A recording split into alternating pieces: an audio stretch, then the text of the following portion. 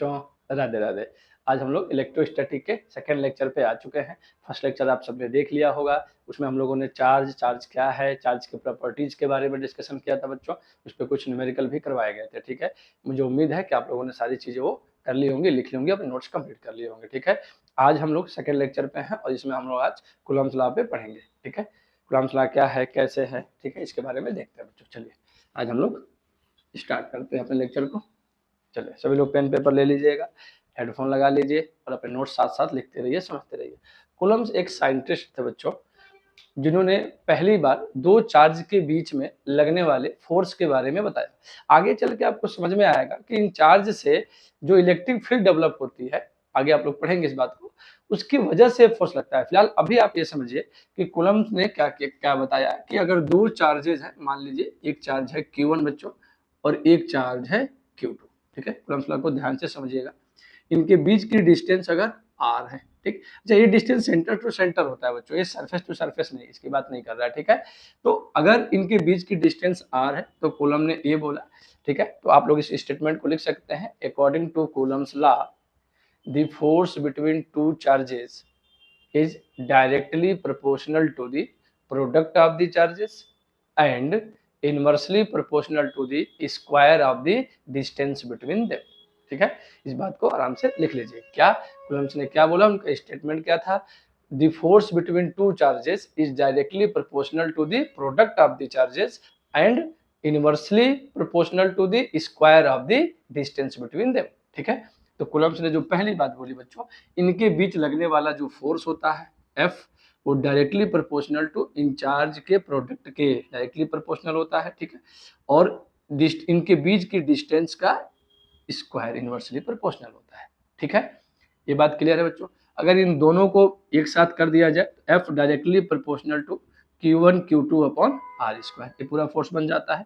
और इसको फर्दर लिखे बच्चों, तो इस प्रोपोर्शनलिटी कांस्टेंट को हटा के अक्सर यहाँ पे K लिखा जाता है। ठीक है, तो Q1 Q2 upon R square, ये जो K है ये प्रोपोर्शनलिटी कांस्टेंट है। मैं आपको यही सजेस्ट करूंगा बच्चों कि कुछ समय तक आप लोग इस K को K ना लिख के, इसकी जो वैल्यू होती है, इस K की वैल्यू होती है बच्चों 1/4 पाई epsilon not, 1/4 pi epsilon not. ठीक है, इसकी प्रॉपर एक वैल्यू है बच्चों 9 × 10⁹9, 9 × 10⁹9 कितनी होती है इसकी यूनिट? न्यूटन मीटर स्क्वायर पर कूलम स्क्वायर। यहाँ से देख सकते हैं आप, K को ही बनाने देंगे, R को इधर लेंगे तो न्यूटन मीटर स्क्वायर पर कूलम स्क्वायर। ठीक है, तो ये इसकी यूनिट होती है बच्चों। ध्यान रखिएगा ये SI यूनिट में है वैल्यू, किसमें है? SI यूनिट में। ठीक है, इन सीजीएस, ध्यान रखिएगा बच्चों, इन सीजीएस इस K की वैल्यू 1 होती है। ये बहुत कम जानने को मिलता है बच्चों, इसको याद रखिएगा। सीजीएस में 1/4 पाई एप्सिलॉन नॉट की वैल्यू 1 होती है, ये बात सभी लोगों को ध्यान रखना होगा। ठीक है, अब एक एक चल करके चीजों को समझते हैं। ये फोर्स है, ठीक, कूलम्ब्स के कुछ रूल्स थे बच्चों। पहली बात, पहला जो इनका कंडीशन जो थी वो क्या थी, वो ध्यान से समझिएगा। कंडीशन थी बच्चों कि ये दोनों चार्जेस पॉइंट चार्ज होंगे, इसके बीच फोर्स लगेगा हमेशा पॉइंट चार्ज के बीच लगेगा। पॉइंट चार्ज का मतलब क्या? बहुत ही छोटा सा चार्ज होता है, या ये कह लीजिए कि अगर छोटा चार्ज है तो छोटा सा मास होगा। अगर हम उसको मूव कराएं, तो अपनी साइज से ज्यादा वो डिस्टेंस ट्रेवल करता है। ऐसी चीजों को हम लोग पॉइंट बोलते हैं। तो अगर मास है तो पॉइंट मास बोलते हैं, चार्ज है तो पॉइंट चार्ज बोलते हैं। ठीक है, दूसरी बात, ये फोर्स हमेशा एक स्ट्रेट लाइन के अलोंग कैलकुलेट होगा। मतलब ये चार्ज इस चार्ज को ऐसे इस पाथ पे इस फोर्स नहीं लगा सकता, ये हमेशा एक स्ट्रेट लाइन के, यानी कि act along a straight line. अब वो स्ट्रेट लाइन कैसे भी हो सकती है, पर दोनों के सेंटर मिलने चाहिए, दोनों चार्ज के सेंटर को मिलाना है। किससे बच्चों? एक स्ट्रेट लाइन के थ्रू, स्ट्रेट लाइन, हाँ या ना? ठीक है, पॉइंट चार्जेस हो गए। ठीक, ये तो कूलम्ब्स लॉ की इस फोर्स से रिलेटेड बातें हैं, फटाफट इसको नोट करते रहिएगा साथ साथ बच्चों। क्या? F directly proportional to Q1 × Q2, F inversely proportional to 1/r square, एक कूलम्ब का स्टेटमेंट है। ठीक है, और प्रोपोर्शनलिटी एक साथ मिला दिया, प्रोपोर्शनलिटी कांस्टेंट को हटाया बच्चों तो K लिखा, इस K की वैल्यू होती है 1/4 पाई एप्सिलॉन नॉट, सब पे आएंगे अभी हम लोग, और इसकी वैल्यू होती है 9 × 10⁹9 न्यूटन मीटर स्क्वायर पर कूलम स्क्वायर, SI यूनिट में। सीजीएस सिस्टम में इस 1/4 पाई एप्सिलॉन नॉट की वैल्यू बच्चों 1 होती है। ठीक है, ये बहुत कम आपको कहीं देखने को मिलेगा, इसको याद रखिएगा। ठीक है, पॉइंट देखिए अप्लीकेबल कहाँ है, पॉइंट चार्ज के लिए अप्लीकेबल है। दूसरी बात act along a straight line, हमेशा एक स्ट्रेट लाइन के अलोंग एक्ट करेगा, ये भी बात आप लोग को ध्यान रखनी होगी। हाँ या ना, क्या इतनी बात सबको क्लियर हो रही है? क्लियर है ये बात? ठीक है, चलिए बच्चों अब इसमें कुछ बातें हैं, थोड़ा सा उसको और ध्यान से देखते हैं। देखिए ये लॉ बहुत ही आसान है, पर इस पे जो न्यूमेरिकल होते हैं ना वो हमेशा से ही कठिन रहे हैं बच्चों, ठीक है। तो ध्यान से समझिएगा, पॉइंट चार्ज के अलोंग लगता है, स्ट्रेट लाइन के अलोंग लगेगा, पॉइंट चार्ज के बीच लगता है, स्ट्रेट लाइन के अलोंग लगेगा, हाँ या ना। अब चलिए इस बात करते हैं इस पे। इसमें देखिए लिखा है एप्सिलॉन नॉट, ये क्या लिखा है बच्चों? इसको बोलते हैं एप्सिलॉन नॉट, ठीक है, एप्सिलॉन नॉट। अच्छा एक बात आपको आप समझनी होगी बच्चों, ठीक है। फिजिक्स में बहुत सारी क्वांटिटी आएंगी, बहुत सारी क्वांटिटी आएंगी, जिसमें ये जो सर्कल बना है ना, जीरो जिसको आप समझते हैं, इसको नॉट पढ़ते हैं हमेशा हम लोग। ये क्या बता रहा होता है? किसी भी क्वांटिटी में अगर ये नॉट लगा हो, इसका मतलब समझिएगा उसकी वैल्यू एयर में, उसकी वैल्यू एयर में यानी वैक्यूम में, इसमें एयर में बोलिए या फिर वैक्यूम में बोलिए बच्चों। जैसे मैंने लिखा ए नॉट, मान लीजिए इसकी वैल्यू 3 है, तो इसका मतलब ए की वैल्यू एयर में कितनी है? 3। इस ए की वैल्यू एयर में कितनी है? 3। तो ध्यान रखिएगा बच्चों, आज से फिजिक्स में जब भी किसी क्वांटिटी पे ए नॉट दिखेगा, इसका मतलब क्या है? उस क्वांटिटी की वैल्यू एयर में दी गई है। जैसे एप्सिलॉन नॉट की वैल्यू होती है बच्चों 8.85 इंटू 10⁻⁻12, ठीक है, कूलम स्क्वायर पर न्यूटन मीटर स्क्वायर। इसी का रिवर्स हो जाएगा, इसको इधर लाओगे तो इसकी सिंपल सी बात है, यूनिट में कोई दिक्कत नहीं होनी चाहिए, हाँ या ना। क्या एप्सिलॉन नॉट की वैल्यू समझ में आ रही है? 8.85 इंटू 10⁻⁻12 कूलम स्क्वायर पर न्यूटन मीटर स्क्वायर, हाँ या ना। क्या ये बात क्लियर है? अच्छा इसका मतलब ये है क्या? इसको बोलते हैं बच्चों इलेक्ट्रिकल परमिटिविटी। क्या बोलते हैं? Electrical permittivity. ये क्या बता रहा है बच्चों? कि किसी भी मीडियम में इलेक्ट्रिकल फेनोमेनन यानी चार्ज का फ्लो, चार्ज एक जगह से दूसरी जगह ट्रांसफर हो पाएगा कि नहीं हो पाएगा, वो यही बातें बताता है। अगर ये एयर में है तो इसका मतलब एयर की परमिटिविटी इतनी है। देखिए बहुत कम होती है ये परमिटिविटी, जितनी ज्यादा होगी ये परमिटिविटी बच्चों, जितनी ज्यादा होगी उतना ही चार्ज का ट्रांसफर इजीली हो जाएगा। इस बात को ऐसे समझिए, ठीक है। तो ये बात सबको क्लियर हो रही है, ठीक है, यहाँ तक कोई समस्या? ठीक है, ध्यान रखिएगा बच्चों, एप्सिलॉन नॉट की बात क्लियर हो रही है, हाँ या ना। इसको इलेक्ट्रिकल परमिटिविटी बोलते हैं, ठीक है। देखते हैं क्या ये बात क्लियर है, ठीक। चलिए एप्सिलॉन नॉट का ये डायमेंशन है बच्चों, मुझे उम्मीद है डायमेंशन आपको क्लियर होगा, ठीक है। ये याद रखिएगा, अब 12th में तो डायमेंशन नहीं पूछता, लेकिन कंपटीशन में बच्चों कई बार डायमेंशन पे क्वेश्चन होते हैं। जनरली नीट वगैरह में तो पहला दूसरा क्वेश्चन ही डायमेंशन पे बेस्ड होता है, हाँ या ना। तो क्या ये बात क्लियर है? ठीक, इलेक्ट्रिकल परमिटिविटी की ये वैल्यू है, इसको इलेक्ट्रिकल परमिटिविटी बोलते हैं, ठीक है। इसके को पर्सनालिटी कांस्टेंट, फोर्स कांस्टेंट या इलेक्ट्रिकल फोर्स कांस्टेंट, कई सारी बातें इसको बोली जाती हैं, ठीक है। इतनी बात सबको क्लियर हो रही है, हाँ या ना? ठीक है बच्चों, इसमें न्यूमेरिकल ही इस पे जनरली बेस्ड होते हैं बच्चों। अब इस बात को समझने की कोशिश करते हैं। एफ का जो फार्मूला है आप हमेशा कैसे याद रखेंगे? Q1 Q2 upon 4 pi epsilon naught R square. आप हमेशा इस फार्मूले को ऐसे याद रखिएगा, 2 पॉइंट चार्ज के बीच लगने वाला ये फोर्स का फार्मूला है। 2 पॉइंट चार्ज के बीच लगने वाला बच्चों ये फोर्स का फार्मूला है, ठीक। कहीं भी 2 चार्ज हो, अगर फोर्स पूछे, इलेक्ट्रिकल फोर्स पूछे, तो जनरली चार्ज के बीच इलेक्ट्रिकल फोर्स ही लगेगा अगर वो मोशन में नहीं है, ठीक है। तो एक फार्मूला आप याद रखेंगे। अब यहाँ पे एक बात समझने वाली है बच्चों, क्या बेहद इंपॉर्टेंट है, ध्यान से सुनिएगा। चार्ज तो कहीं पे भी हो कोई बात नहीं, ये जो एप्सिलॉन नॉट है, ये जो एप्सिलॉन नॉट है यहाँ पे, वो ये बता रहा है कि जो दोनों चार्ज हैं वो एयर में प्लेस्ड हैं, जो दोनों चार्ज हैं वो वैक्यूम में प्लेस्ड हैं। कहाँ प्लेस्ड है बच्चों? वैक्यूम में प्लेस्ड है, यानी कि एयर में। हम लोग अपने लिए एयर समझते हैं, ठीक है। ये दोनों चार्ज कहाँ प्लेस्ड है? एयर में प्लेस्ड है, हाँ या ना। क्या इस बात को समझ पा रहे हैं सभी लोग? क्लियर है बच्चों? तो अगर 1/4 पाई एप्सिलॉन नॉट का यूज कर रहा हो, इसका मतलब यार में, अब एक गलती यहाँ पे समझिएगा, अगर केवल के लिखता है जब बच्चा, तो कई बार कंफ्यूज होता है बच्चों, क्योंकि उसी के को आगे चल के डाइलेक्ट्रिक कांस्टेंट भी बोला जाता है। नोटेशन सेम दिखती है तो बालक कंफ्यूज हो जाते हैं, ठीक है। ये ध्यान रखिएगा, ये क्या करेंगे आप? 1/4 पाई एप्सिलॉन नॉट। एप्सिलॉन नॉट लिखा होने का मतलब ये कहाँ है? एयर में, तो इसको भी मैं एफ नॉट लिख दूं, ठीक है। ध्यान से समझिएगा इस बात को, ठीक। हुआ क्या बच्चों, यहाँ पे मैं कर क्या रहा हूँ, ध्यान से समझिए। एक चार्ज का सिस्टम है, इस बात को गौर से समझिएगा। एक 2 चार्ज के सिस्टम है, बीच की डिस्टेंस r है, अभी इनके बीच का मीडियम एयर है, तो इनके बीच लगने वाला जो फोर्स है बच्चों, ये क्या है? इक्वेशन नंबर 1 है। क्या ये बात क्लियर है सबको? ठीक। अब इसी चार्ज सिस्टम को मैंने इसके ज्योमेट्रिकल कंस्ट्रक्शन में कोई भी चेंज नहीं किया, ये ऐसा रखा। अब इसको मैंने एक मीडियम में रख दिया, एक मीडियम में रखा जिसकी परमिटिविटी एप्सिलॉन है, जिसकी परमिटिविटी क्या है बच्चों, एप्सिलॉन है, हाँ या ना। किसी भी मीडियम के लिए जब लिखोगे तो एप्सिलॉन लिखते हैं, तो हम यहाँ पे चाहे बच्चों तो ई एप्सिलॉन एम लिख सकते हैं। एप्सिलॉन एम का मतलब उस मीडियम की परमिटिविटी, एप्सिलॉन नॉट, उस नॉट वर्ड का मतलब मैंने क्या समझाया आपको, जैसे आगे लिखा हो जैसे सी नॉट मतलब कैपेसिटेंस एयर में, पी नॉट प्रेशर एयर का, ठीक, यानी जिसकी वैल्यू है, अगर नॉट लगा इसका मतलब उसकी वैल्यू किस में बच्चों, वैक्यूम में। क्या ये बात क्लियर होगी, हाँ या ना, ठीक। अब चला इस बात को समझते हैं।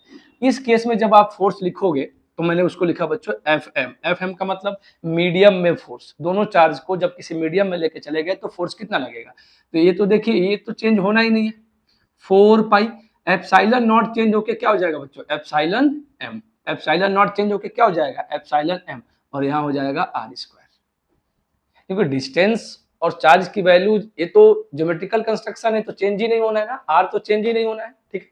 क्या ये बात क्लियर है, ये हो गया मेरा इक्वेशन नंबर 2। बहुत ध्यान से समझिएगा इस लॉजिक को बच्चों, ठीक है, गौर कीजिएगा।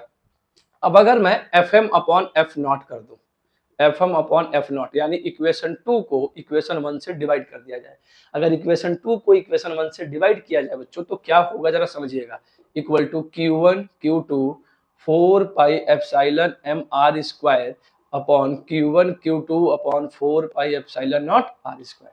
जरा गौर कीजिए बच्चे, यहाँ पे क्या होने वाला है, Q1 Q2 कैंसल आउट हो जाएंगे, 4 पाई कैंसिल हो जाएगा, आर स्क्वायर कैंसिल हो जाएगा, ये ऊपर जाएगा ये नीचे आ जाएगा, तो ये क्या मिला, F M upon F naught equal to epsilon not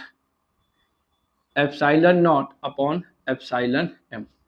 ठीक है बच्चों, इस बात को जरा याद रखिएगा, ठीक है। अब ध्यान से सुनिएगा इस बात को, अगर मैं बच्चों यहाँ से F M equal to F naught into, इसको मैं ऐसे लिखूं कि epsilon M upon epsilon naught, जरा ध्यान समझिएगा, इसको एप्सिलॉन नॉट को मैं नीचे ले गया हूँ, यहाँ पे लिखा हूँ बच्चों, जो ए पार्ट है बच्चों, इस पार्ट को हम लोग बोलते हैं रिलेटिव परमिटिविटी।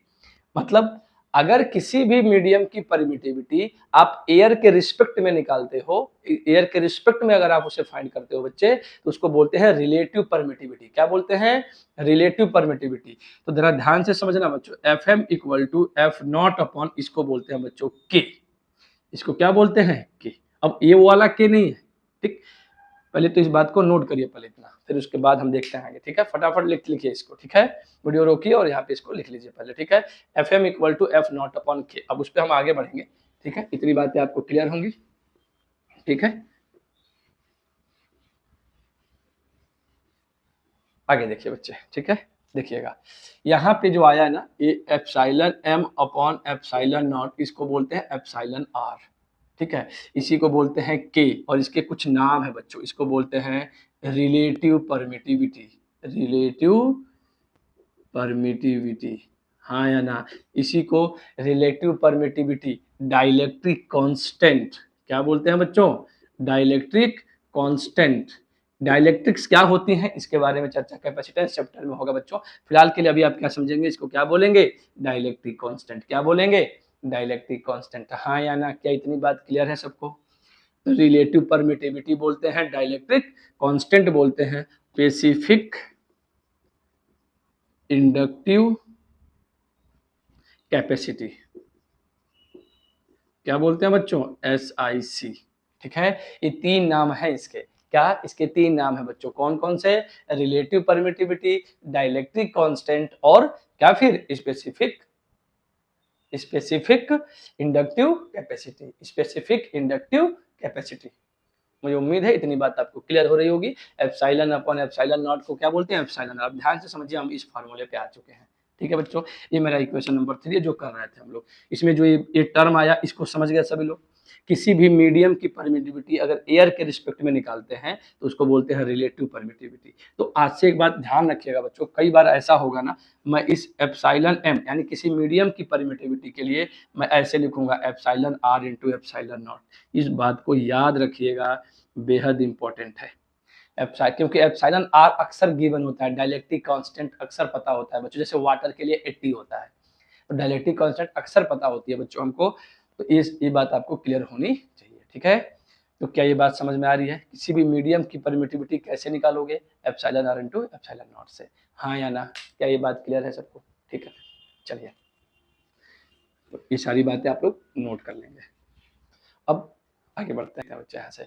अगला टर्म है बच्चा आपका सुपरपोजिशन थ्योरम। सुपरपोजिशन थ्योरम या सुपरपोजिशन प्रिंसिपल भी बोलते हैं इसको। क्या होती है बच्चों, मान लीजिए एक चार्ज है Q1, एक चार्ज है Q2, एक चार्ज है Q3, एक चार्ज है Q0, ठीक है।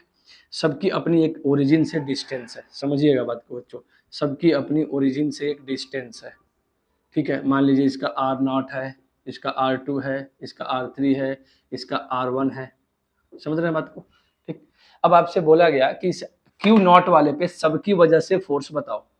क्या बोलते हैं बच्चों सुपरपोजिशन प्रिंसिपल में, किसी एक चार्ज पे बाकी सबकी वजह से फोर्स बताओ। तो सिंपल क्या कहता है सुपरपोजिशन प्रिंसिपल कि F0, यानी कि F0 वाले पे सबकी वजह से, तो देखिएगा F0 पे 1 की वजह से प्लस F02, F03 और F04 है तो F04, ठीक है। फिलहाल 3 है तो 3 से निकालेंगे, ठीक। ये क्या पढ़ते हैं इसको बच्चों, force on F0 due to 1, force on F0 due to 2, force on F0 due to 3। इस बात को पढ़ना सीखिए पहले, हाँ या ना, ठीक है। यानी सिंपल सी बात है, अगर बहुत सारे चार्जेज हो बच्चों और किसी एक चार्ज पे नेट फोर्स पूछे तो सबकी वजह से कैलकुलेट करके, तो ये सुपरपोजिशन वाली बात आपको क्लियर हो रही है, हाँ या ना, ठीक है। चलिए आगे बढ़ते हैं बच्चों इसमें हम लोग, ठीक। तो ये याद रखिएगा सुपरपोजिशन प्रिंसिपल क्या होता है, थ्योरम क्या होती है। कई बार बच्चे इसको समझते हैं कि प्रिंसिपल भी बोलते हैं बच्चों, थ्योरम भी बोलते हैं ना। तो क्या है, एक चार्ज पे फोर्स निकालना है, बाकी सबकी वजह से निकाल के उसको ऐड कर दीजिए, सिंपल सी बात, ठीक है। तो ये कूलम्ब्स लॉ से कुछ जुड़ी हुई चीजें हैं बच्चों, ठीक है। इसके बाद एक बात आती है बच्चों, vector forms of Coulomb's law, vector form of Coulomb's law,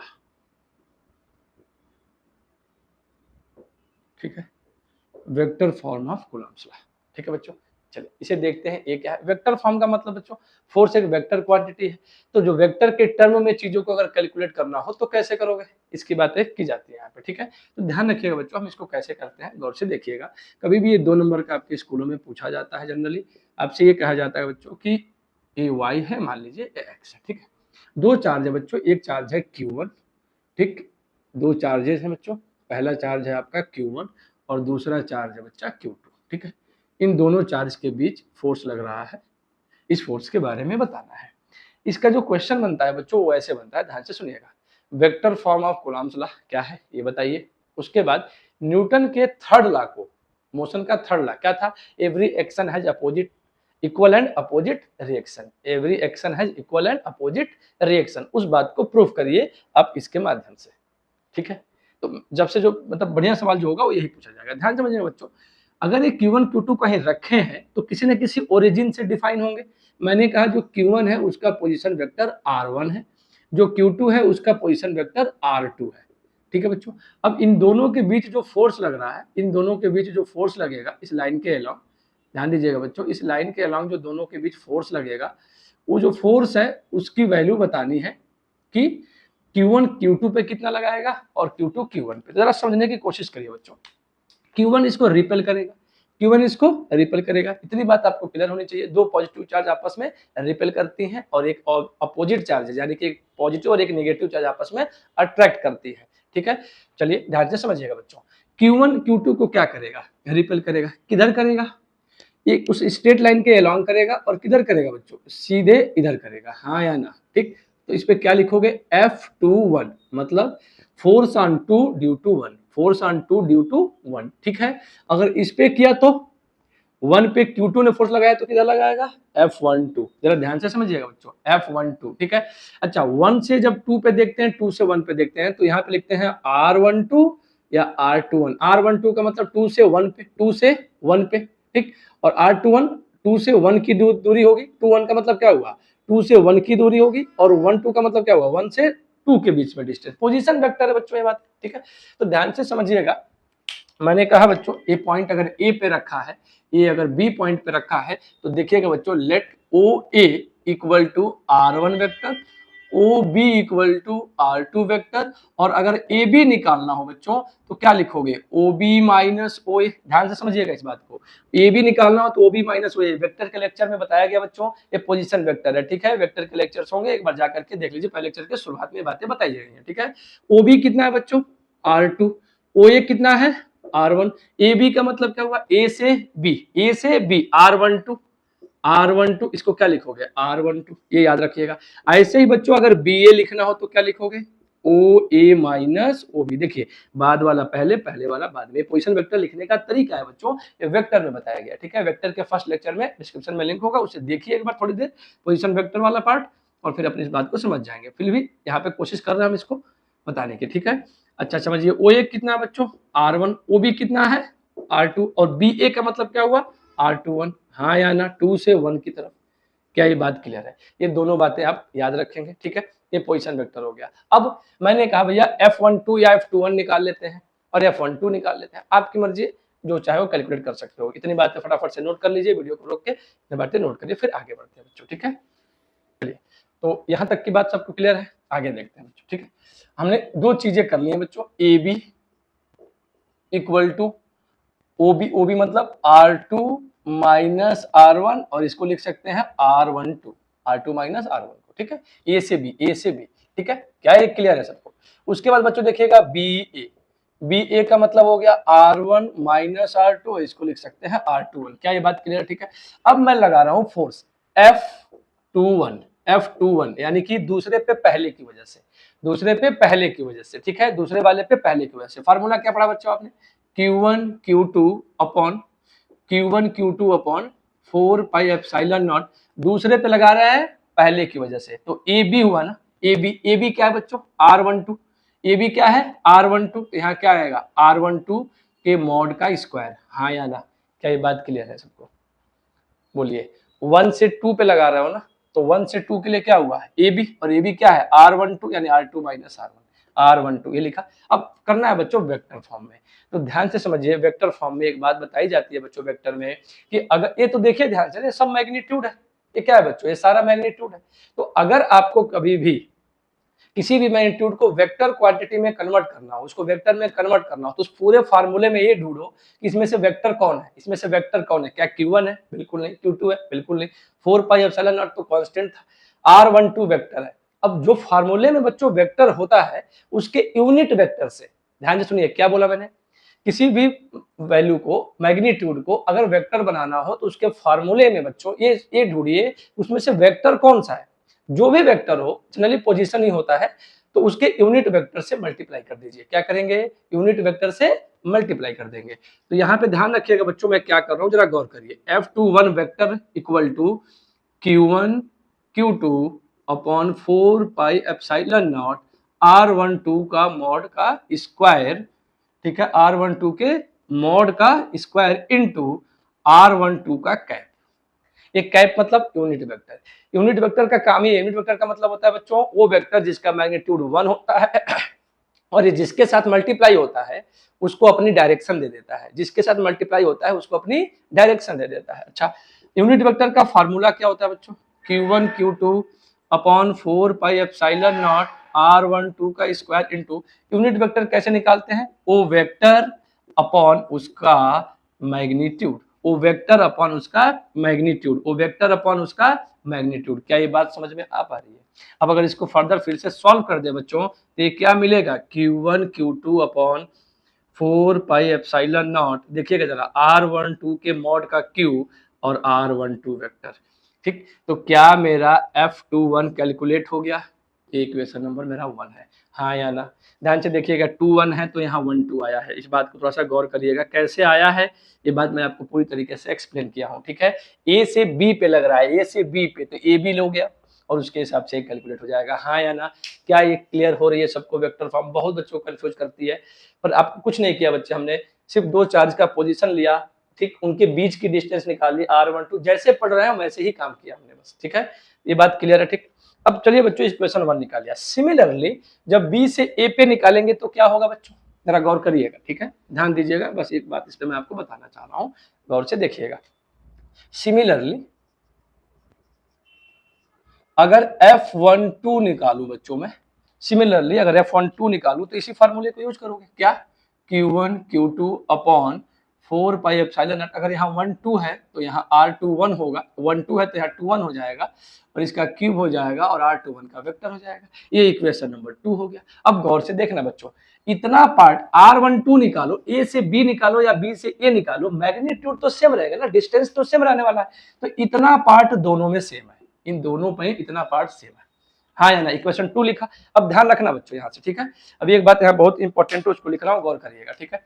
ध्यान से देखिए, अगर मैं इसको लिखूं बच्चों, सिर्फ इतने पार्ट को आपको समझाने के लिए बता रहा हूँ ये बात, ठीक है।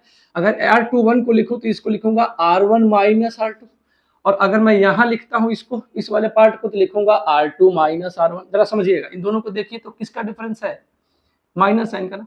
अगर एक साइन नेगेटिव में बाहर ले लूं तो R21 माइनस हो जाएगा। इसका मतलब क्या देख रहे हैं आप कि F21 equal to minus times F12 है, हाँ या ना। क्या ये बात क्लियर है? F12 माइनस टाइम्स F12 है। क्या ये बात सबको क्लियर है, हाँ या ना बच्चों? समझ में आया कैसे हुआ है? ठीक, जरा समझिए। पहले आपने F21 निकाला, ठीक है। चलिए एक बार फिर से इसको देखते हैं बच्चों। दो चार्ज लिया, एक कोई भी पॉइंट लोगे तो उसकी अपनी एक ओरिजिन से इतनी दूर पे रखा ना, तो ओरिजिन से हमने डिफाइन किया कि O से A की पोजीशन वेक्टर R1 है, O से B का पोजीशन वेक्टर R2 है, तो OA आपका R1 हुआ और OB आपका R2 हुआ। क्या इतनी बात सबको क्लियर है, हाँ या ना बच्चों? ठीक है। अब R1 R2 निकल गया और AB निकालना था, AB निकालना था, तो पोजीशन वेक्टर का ये कहता है कि AB इक्वल टू होता है OB माइनस OA। तो OB कितना है, R2 माइनस R1। इसको हम ऐसे लिख सकते हैं R12, 1 से 2 देख रहा हूँ तो R12 ले लिया। अब वैसे भी इसको देखो तो कैसे लिखा है, 2 वाला पहले और 1 वाला बाद में, जैसे ये लगाया वैसे ये कॉन्सेप्ट है, हाँ या ना? ठीक है। अब यही बात हमने B से A पे ले लिया। अब सिंपल हमने कूलम्स लॉ लगा दिया, ठीक है। तो बाई कूलम्स लॉ फोर्स क्या होता है F2 पे, Q1 Q2 upon 4 pi epsilon not R square होता है, ठीक। लेकिन वो मैग्नीट्यूड होता है। अब वेक्टर फॉर्म का मतलब मुझे फोर्स को वेक्टर के टर्म में लिखना है। तो फिजिक्स में बच्चों जब भी किसी फार्मूले को वेक्टर फॉर्म में लिखने को बोलता है तो आप उस फार्मूले में ये ढूंढो कि कौन सी क्वांटिटी वेक्टर है। जनरली उसमें पोजीशन ही वेक्टर होता है, ठीक। उसके यूनिट वेक्टर से मल्टीप्लाई कर दीजिए। और किसी वेक्टर का यूनिट वेक्टर क्या होता है, किसी वेक्टर का यूनिट वेक्टर क्या होता है, वो वेक्टर अपॉन उसका मैग्नीट्यूड। किसी वेक्टर का यूनिट वेक्टर कैसे निकालते हैं, वो वेक्टर अपॉन उसका मैग्नीट्यूड, ठीक है बच्चों। क्लियर है ये बात? फिर हमने उसी तरीके से इसको लिख दिया। यूनिट वेक्टर था उसको मैंने ऐसे लिख दिया, वो वेक्टर अपन उसका मैग्नीट्यूड, तो ये क्यूब हो गया क्योंकि दोनों मैग्नीट्यूड थे, ये क्यूब हो गया, वैल्यू आ गई। क्लियर है? सिमिलरली मैंने ये देखा कि अगर F21 है तो यहाँ पे F12 है, यहाँ पे R12 है, तो यहाँ पे 1 2 था तो मैंने 2 1 कर दिया। सिमिलरली अब चाहो तो जैसे इसको किए थे वैसे इसको पूरा कर दो और इक्वेशन 2 तक आ जाओ। अब गौर करने वाली बात है, इतना पार्ट सेम है, इतना पार्ट सेम है दोनों में, मैग्नीट्यूड है तो सारा सेम लग रहा है। इसको देखो तो इसको लिखोगे R1 माइनस R2। R21 क्या है, R21 क्या है, R1 माइनस R2। R12 क्या है, R2 माइनस R1। तो माइनस का ही तो डिफरेंस है, तो इसमें और इसमें किसका डिफरेंस आया, माइनस में। तो अगर मैं चाहूं बच्चों तो लिख सकता हूं F21 equal to minus times F12। बोलो हाँ या ना? ठीक, ये माइनस साइन क्यों आया, क्योंकि F12 की डायरेक्शन F12 की डायरेक्शन से अलग है, F21 की डायरेक्शन ऑब्वियस दिख भी रहा है, ये इधर है, ये इधर है, ठीक। यही क्या है, this shows Newton's third law, third law of motion, हाँ या ना? ये न्यूटन के थर्ड लॉ को रिप्रेजेंट कर रहा है बच्चों, जिसमें ये कहा जाता है कि every action has equal and opposite reaction. क्या इसकी बात समझ में आ पा रही है आपको, हाँ या ना? मुझे उम्मीद है कि इतनी बातें आपको बिल्कुल क्रिस्टल क्लियर होंगी कि क्या कहा गया है, ठीक है। चलिए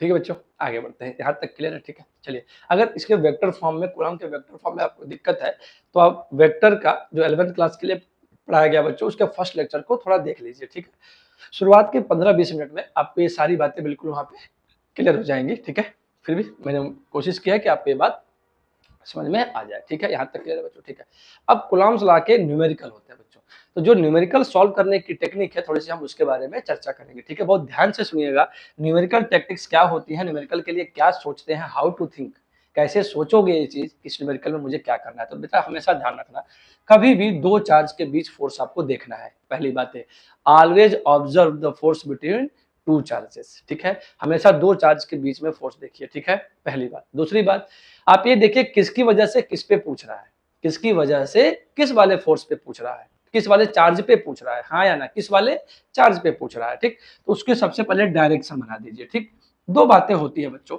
अगर कूलम्ब्स लॉ में फोर्स पॉजिटिव आता है तो हम कहते हैं कि रिपल्सिव है। क्या है बच्चों? रिपल्सिव है। और अगर फोर्स निगेटिव आता है तो हम कहते हैं अट्रैक्टिव है।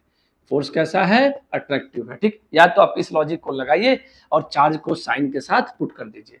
ठीक है, दो तरीके से कूलम्ब्स लॉ को देखते हैं बच्चों, इसके न्यूमेरिकल्स को। पहला, चार्ज को अगर साइन के साथ पुट करना है तो इस लॉजिक को लगा लीजिएगा आखिरी में। दूसरा तरीका होता है कि आप पहले ही डायरेक्शन बना लीजिए और सीधे कैलकुलेशन करिए, इस सब की झंझट में मत पड़िए। ठीक, तो एक बात सभी लोग ध्यान रखेंगे, कूलम्ब्स लॉ के फार्मूले को जब भी यूज करना है, चार्ज के साइन को कंसीडर नहीं करना है, चार्ज के साइन को कंसीडर नहीं करना है। आप सीधे सीधे उस सिस्टम में क्या करिएगा, फोर्स की डायरेक्शन को बना दीजिए और अपनी कैलकुलेशन से स्टार्ट करिए। ठीक है, जैसे मान लीजिए मैंने बोला कि दो चार्ज है Q1 और Q2, तो उस पर कितना फोर्स लगेगा? ऑब्वियस है, दोनों एक दूसरे पे फोर्स लगाएंगे। अगर एक एक को रिपल करेगा तो दूसरा वाला भी करेगा, ये तो वेक्टर फॉर्म में पढ़ा आपने। अगर एक एक को अट्रैक्ट करेगा तो एक एक को अट्रैक्ट करेगा, हाँ या ना। हमेशा ध्यान रखिएगा एक की वजह से एक पे क्या इफेक्ट आएगा, इसी को ऑब्जर्व करना है। ठीक है बच्चों, चलिए। बार बार बच्चों एक वर्ड यूज होता है कूलम्ब्स लॉ के फोर्स में, बार बार हम इन चीजों पे आएंगे, क्या? इक्विलिब्रियम बना रहा है। क्या बना रहा है बच्चों? इक्विलिब्रियम। तो ध्यान से समझिएगा बच्चों, इक्विलिब्रियम का मतलब है एफ नेट जीरो होना चाहिए। एफ नेट जीरो होता है तो हम कहते हैं ट्रांसलेशनल इक्विलिब्रियम है। और अगर टाउ नेट जीरो होता है तो अगर हम मतलब टॉर्क नेट जीरो होता है, नेट टॉर्क जीरो होती है तो हम कहते हैं कि रोटेशनल इक्विलिब्रियम है, हाँ या ना। ठीक है, तो एफ नेट जीरो होना चाहिए। अब एफ नेट जीरो करते समय कुछ बातें हम लोग को गौर करनी है, ध्यान देनी है बच्चों। ठीक है, मैं आपको एक क्वेश्चन है उसके लॉजिक को समझा रहा हूँ, ध्यान से समझिएगा बच्चों। ठीक है, मान लीजिए एक चार्ज है Q1 और एक चार्ज है Q2। ठीक है, अगर एक पॉजिटिव, दोनों पॉजिटिव है तो आपसे ये कहता है कि एक थर्ड चार्ज को हम कहाँ प्लेस करें। ध्यान रखिएगा, एक थर्ड चार्ज को कहाँ प्लेस करें कि इक्विलिब्रियम बना रहे। हमसे क्वेश्चन समझ में आ रहा है, दो चार्ज पहले से हैं, मैंने कहा है कि तीसरा चार्ज लाओ और ला के वहां पे रख दो। कहाँ रखना है ये ढूंढना हमारा काम है, रखो ताकि इक्विलिब्रियम बना रहे। तो मैंने अभी बताया इक्विलिब्रियम बने रहने का मतलब क्या है बच्चों? फोर्स जीरो हो जाए। क्या हो जाए? फोर्स जीरो हो जाए, नेट फोर्स जीरो हो जाए। लेकिन वो समझना पड़ेगा ना, रखोगे कहाँ, एक कॉमन सेंस लगाना पड़ता है। जैसे मान लीजिए आपने Q1 Q2 रखा, तो हमेशा ध्यान रखिएगा बच्चों, अगर चार्ज हमें प्लेस करने को कहेगा तो आप हमेशा पॉजिटिव चार्ज मान के चलिएगा। आप ये सोचिए कि हमको क्या रखना है, एक पॉजिटिव चार्ज। तो मैंने कहा Q1 Q2 के एक पॉजिटिव चार्ज रखना है। अच्छा देखिए बच्चों, हम कहीं और ऐसे नहीं रख सकते। कूलम्ब्स लॉ की दूसरी शर्त क्या थी? हमेशा एक स्ट्रेट लाइन के अलॉन्ग फोर्स लगेगा। तो आप या तो यहां रख सकते हैं, या तो यहां रख सकते हैं, या तो इन बिटवीन रख सकते हैं, कहीं बीच में बिल्कुल नहीं, मतलब इनके बीच में कहीं पे भी रख सकते हैं। ठीक, तीन ही पोजीशन तो है। अगर मैं कहूं ये पहली पोजीशन है, ये दूसरी पोजीशन है, ये तीसरी पोजीशन है। ठीक है, ध्यान से देखिएगा बच्चों, नीट में कई बार डायरेक्ट क्वेश्चन होता है इस बात पे। ठीक, गौर करिएगा जरा सा, इसको देखिएगा। अगर मैं यहाँ पे प्लस क्यू रख दूं, यहाँ पे प्लस क्यू रख दूं और यहाँ पे प्लस क्यू रख दूं, सोचने वाली बातें है कि कहाँ पे इक्विलिब्रियम बनेगी। सोचिए एक बार, Q1 इसको क्या करेगा? रिपेल करेगा तो इधर फोर्स लगाएगा। Q2 क्या करेगा? रिपेल करेगा तो इधर ही फोर्स लगाएगा, हाँ या ना। क्या इस पे नेट फोर्स कभी जीरो होगा? नहीं। नेट फोर्स जीरो कब होगा? जब दोनों अपोजिट होंगे, दोनों अपोजिट होंगे तभी तो, हाँ या ना। तो क्या अपोजिट है? नहीं। इसका मतलब अगर ये Q1 Q2 दोनों पॉजिटिव है, दोनों कैसे हैं बच्चों? पॉजिटिव है, तो यहाँ पे तो आप इसको रख नहीं सकते। अगर ये दोनों पॉजिटिव है, यहाँ पे भी आप वही बात हो जाएगी, ये क्या करेगा? इसको रिपेल करेगा, ये भी इसको रिपेल करेगा। तो यहाँ पे भी हम कभी नहीं रख पाएंगे। कब? जब दोनों चार्ज कैसे गिवन हो। ठीक, अब चलिए यहाँ पे सोचते हैं एक बार, यहाँ पे क्या हुआ बच्चों? ये Q1 इसको रिपेल करेगा इधर की तरफ, हाँ या ना। बोर्ड से नजर नहीं हटाना, ध्यान दीजिएगा। Q2 इसको इधर रिपेल करेगा। एक पॉसिबिलिटी है बच्चों कि एक दूसरे को क्या कर दे, कैंसिल कर दे। एक पॉसिबिलिटी है कि ये दोनों एक दूसरे को क्या कर दे, कैंसिल कर दे। हाँ या ना, क्या ये बात सबको क्लियर है? बोलिए, क्लियर हो रही है बात? ठीक है, तो चलिए ध्यान दीजिएगा बच्चों, ये बात, ये कुछ न्यूमेरिकल के लॉजिक समझा रहा हूं मैं आपको केवल, ठीक है, ये बात क्लियर हो रही है। अच्छा, अगर मान लीजिए एक पॉजिटिव होता और एक निगेटिव होता, एक पॉजिटिव हो जाए और एक निगेटिव हो जाए, तो यहाँ सोचिए, ये इसको रिपेल करेगा और ये इसको अट्रैक्ट करेगा, तो यहाँ कभी नहीं रख सकते, इधर और इधर रख सकते हैं। तो क्या बात समझ में आ रही है आपको? अगर दोनों पॉजिटिव चार्ज दिया हो और तीसरा चार्ज रखना हो तो हमेशा कहाँ रख पाओगे, इन बिटवीन। दोनों पॉजिटिव हो तब भी और दोनों नेगेटिव हो तब भी। अगर अनलाइक चार्जेस है, एक पॉजिटिव और एक नेगेटिव है, तो आपको आइदर साइड रख सकते हो, किसी भी चार्ज की तरफ रख सकते हो, बाहर की तरफ। हाँ या ना, क्या ये बात क्लियर है? ठीक, तो एक इस तरह के क्वेश्चन आएंगे। अभी न्यूमेरिकल पे पार्ट हम लोग जब चलेंगे तो आपको ये सारी बातें वहां पे दिखेंगी न्यूमेरिकल के फॉर्म में, तो वहां पे किया जाएगा बच्चों। क्या ये बात क्लियर है सबको इतनी, कि ये कैसे करनी है? हाँ या ना? ठीक है बच्चों, इधर देखते हैं। ठीक है, आप लोगों ने एक ये पढ़ा है अभी आगे, एफ एम इक्वल टू, पीछे पढ़ा आप लोगों ने इसको ए, डायलेक्ट्रिक कांस्टेंट के बारे में। ठीक है, जरा सा गौर करिएगा बच्चों, ये क्या कह रहा है कि एयर में फोर्स एफ नॉट का मतलब क्या है, दो चार्ज के बीच एयर में लगने वाला फोर्स, अगर उन्हीं चार्ज सिस्टम को आप किसी और मीडियम में लेके जाएंगे तो फोर्स कितनी लगेगी, 1/k टाइम्स। इसका मतलब डायलेक्ट्रिक किसी मीडियम में ले जाने पे फोर्स क्या हो रही है, डिक्रीज हो रही है। लेकिन ये भी तो इस बात पे डिपेंड है कि के की वैल्यू कितनी है। तो बच्चों ध्यान रखिएगा, के की वैल्यू 1 हम लोग लेते हैं एयर के लिए, सिंपली वैक्यूम के लिए, कभी कभी ड्राई एयर के लिए भी कहता है तो उसके लिए 1.005 होता है बच्चों। और के की वैल्यू इनफाइनाइट होती है मेटल्स के लिए। किसके लिए बच्चों, मेटल्स के लिए के की वैल्यू इनफाइनाइट होती है। यानी मेटल के बीच में, मेटल अगर दोनों चार्ज को, अगर एक मेटल में दोनों चार्ज रख दोगे तो उनके बीच कोई फोर्स नहीं लगेगा, क्योंकि वहां इलेक्ट्रिक फील्ड डेवलप ही नहीं होती बच्चों। अभी इलेक्ट्रिक फील्ड जब पढ़ेंगे तो इस लॉजिक को आपको क्लियर हो जाएगा। फिलहाल इतना समझिए, इलेक्ट्रिक फील्ड एक दूसरे को कैंसिल कर देती है, इस कारण वहां पे फोर्स जीरो लगने लगता है। हाँ या ना? ठीक, ये बात सबको क्लियर हो रही है? तो ये लॉजिक आप लोग याद रखेंगे, थोड़ा सा इस बात को ध्यान रखिएगा बच्चों। ठीक है, सिंपली जब इस पे अभी न्यूमेरिकल आएगा आगे तो हम लोग देखेंगे बच्चों। ठीक है, चलिए तो इसके आगे हम लोग अब अपने न्यूमेरिकल के पार्ट को देखते हैं। ठीक है, अभी तक आप लोगों ने बच्चों इसको थियरी को देख लिया है। ठीक है, थियरी को पढ़ा आप लोगों ने। अब उस पर बेस्ड न्यूमेरिकल कैसे आते हैं कूलम्ब्स लॉ पे, इस पे हम लोग बात करेंगे और उसकी चीजों को देखने की कोशिश करेंगे। ठीक है बच्चों, चलिए एक एक करके देखते हैं कि क्या है कैसे। ठीक है, चलिए तो आपका ये पहला क्वेश्चन है बच्चों, जो बोला है कि is a charge of 2.5 into 10⁻⁻19 exist, यानी कि पॉसिबल, क्या ये पॉसिबल है या नहीं है बच्चों। ये देखिए, ये वाला पार्ट आप लोग ऑलरेडी पढ़ चुके हैं, मुझे उम्मीद है आप लोग ये वाला पार्ट पढ़ चुके हैं। Q equal to plus minus N E. ठीक, Q आपको इज अ चार्ज ऑफ इतना पॉसिबल है तो चार्ज रख दीजिए, इलेक्ट्रॉन की वैल्यू आपको पता ही चलेगी। देखिएगा 2.5 इंटू 10⁻⁻19। ठीक है बच्चों, equal to plus minus n into 1.6 into 10⁻⁻19। कोई इसमें बड़ी बात नहीं। ठीक, n की वैल्यू आपको कैलकुलेट कर लेनी है, तो कितना आ जाएगा 2.5 इंटू 10⁻⁻19 अपॉन 1.6 इंटू 10⁻⁻19। ठीक है बच्चों, ठीक, तो ये बात आप लोग थोड़ा सा ध्यान रखेंगे। देखिए ये वाला पार्ट कैंसल आउट हो जाएगा, पॉइंट से पॉइंट चला जाएगा, ये मिलेगा 25/16। ये निश्चित तौर पे नॉट इंटीजर है। क्या है बच्चों, नॉट इंटीजर है। तो n अगर इंटीजर नहीं है तो इसका मतलब ये चार्ज पॉसिबल नहीं है, तो इसको क्या कर देंगे आप, नॉट पॉसिबल। हाँ या ना, क्या ये बात सबको क्लियर है? ठीक, नेक्स्ट क्वेश्चन पे चलते हैं बच्चों। How many electrons are contained in -1 Coulomb charge, what is the total mass of this electrons. इसमें भी बच्चों ये वाला फार्मूला है जो हम लोग पहले लगा चुके हैं, पहले लेक्चर में पढ़ चुके हैं, Q equal to N E. Q equal to N E, ध्यान रखिएगा इसमें क्या करना है बच्चों, Q equal to N E. Q की जगह माइनस रख दीजिए, सबसे पहले n की वैल्यू निकालिए, और जब n की वैल्यू आ जाए तो एक इलेक्ट्रॉन का mass into number of electron. एक इलेक्ट्रॉन का मास आपको पता है 9.1 इंटू 10⁻⁻31, और यहाँ से जो नंबर ऑफ इलेक्ट्रॉन आएगा वो कितनी दीजिएगा, n की वैल्यू जो आएगी वो आएगी 6.2 इंटू 10⁻18। ठीक, अब यहाँ रख देंगे तो 6.2 इंटू 10⁻18। तो जो मास पूछा था आपसे, तो मास जनरली क्या हो जाएगा बच्चों यहाँ पे 5.6 इंटू 10⁻12 kg। ठीक है, ये आपका आंसर हो जाएगा। ठीक बात है, चलिए नेक्स्ट क्वेश्चन। चलिए बच्चों नेक्स्ट क्वेश्चन आपका देखते हैं इसको। What is the force between to small charged spheres having, चलिए तो इसका सोल्यूशन देखते हैं बच्चों। हैविंग चार्जेज ऑफ इतना एंड इतना place 30 centimetre apart in air. क्या कह रहा है बच्चों कि दो चार्ज पॉइंट चार्जेज है, एक मान लीजिए ए वाला है हमारा, ठीक है, और एक हमारा बच्चों ये दूसरा वाला चार्ज हो गया, ठीक है। और इन दोनों चार्ज के बीच की जो दूरी है वो आपकी दी हुई है बच्चों, कितनी, 30 सेंटीमीटर।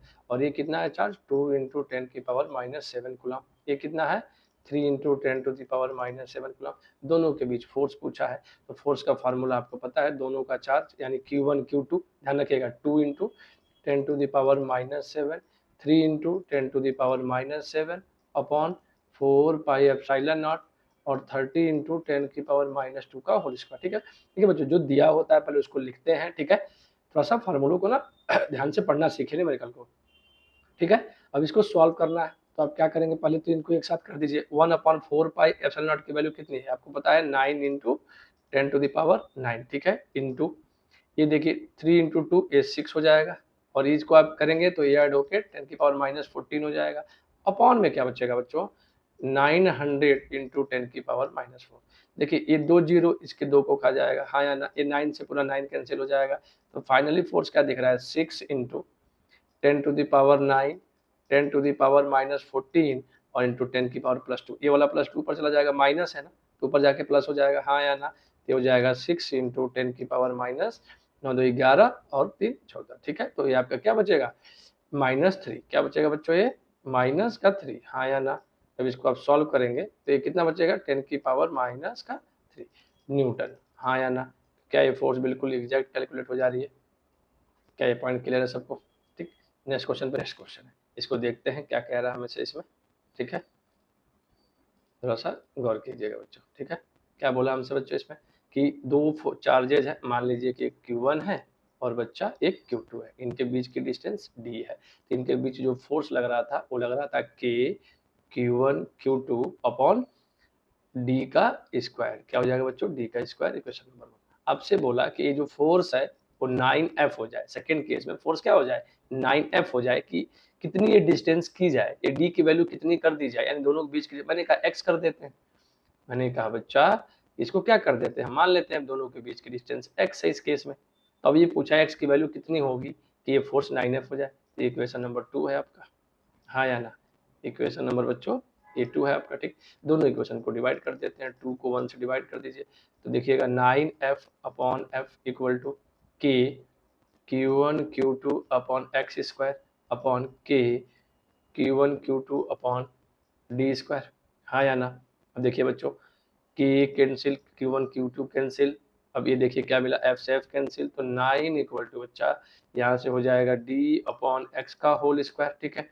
स्क्वायर रूट लोगे तो D by x equal to कितना हो जाएगा 3, फिर से देखोगे तो x को इधर ले जाओ D को, तो कितना डिस्टेंस हो जाना चाहिए, अगर डिस्टेंस D/3 हो जाए तो फोर्स 9F हो जाएगा, हाँ या ना। नेक्स्ट क्वेश्चन देखिए, 2 charges plus 6 microcoulomb each are placed at a distance of 10 centimeter from each other. What force do they exert on each other? Is it attractive और रिपल्सिव? बच्चों ये सवाल आपको खुद ही करना है, सेल्फ ट्राई करिए। क्या बोला हमसे, दो चार्ज है, मान लीजिए Q1 और Q2, दोनों की वैल्यू दी हुई है 6 माइक्रोकुलम। ये मैं आपको बता देता हूँ, ये 6 इंटू 10 की पावर -6 कुलम हो जाएगा, माइक्रो का मतलब 10 की पावर -6 हो जाएगा, ठीक है।